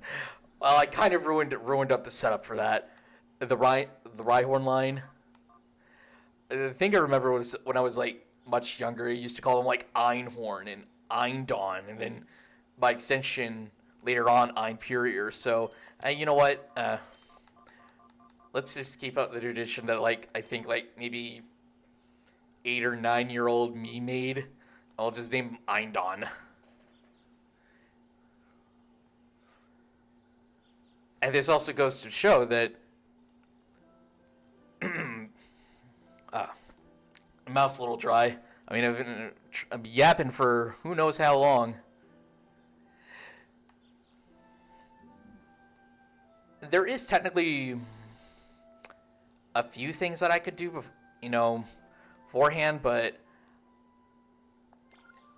since I could pretty much save at any point, I also want to check the nature of this Zapdos, which is also coincidentally holding a Lumberry. You are... That's actually pretty darn good if we're going with a full-on attacking Zapdos. But I kind of made a promise to myself that I wouldn't use any legendaries. So while this is a good nature for this, full-on attacking Zapdos, it came at the worst possible time. If I was doing this off-stream, just doing an off-stream playthrough, I would most definitely use this. But, c'est la vie. So I think with that, we're also going to save. And I think we're going to end it off here. Because it is like, what? It's almost 11. But yeah, this was fun. I did not think that we were going to get Ein on the first attempt, despite the multiple hiccups that I've had with previous trainers. And we did lose out on the Shadow Kingdra, but it'll likely come back at a later point, probably within the post-game, or unless if I do a little bit of excurging throughout the Shadow Pokemon Lab again, and I just happen to find it there. Although it's most likely to be in the post-game. So, yeah, we did miss out on one Pokemon, a really good one at that. But it's fine. We'll likely see it in the future whenever I do stream the post-game. Which isn't going to be really soon. It may be within maybe next week if I decide to stream this again on Saturday, or maybe 2 weeks from now. Now we'll see. We'll see. Depending on how busy my schedule is. Let's make sure to save. So yeah, thanks for coming. This is probably, without a doubt, the most crazy stream I had yet. And that's compared to the last one I had. And in case you do want to see, a past Pokemon Grand Colosseum VODs, the first two do have a bit of an audio issue where I did have some issues with my microphone, so you aren't able to hear me as well. Parts 1 and 2 are already out. But those are the only ones with audio issues, as well as a Genshin stream that I did prior. I did mention that, in the description of those VODs. Part 3 of the stream will be on YouTube tomorrow around 3 p.m. Eastern. And part 4 will be, I believe, on Friday at the same time Eastern. So yeah, that'll be it from me. Thanks for tuning in. This will be around for a week, and if you want to see more or hear from me a bit more, I do have a YouTube. I also have a Twitter page. So if you want to see more from me, check me out on both of those platforms. And I will catch you all Wednesday when we tackle the Zenless Zone Zero update for 1.6. So until then, I'll catch you all later.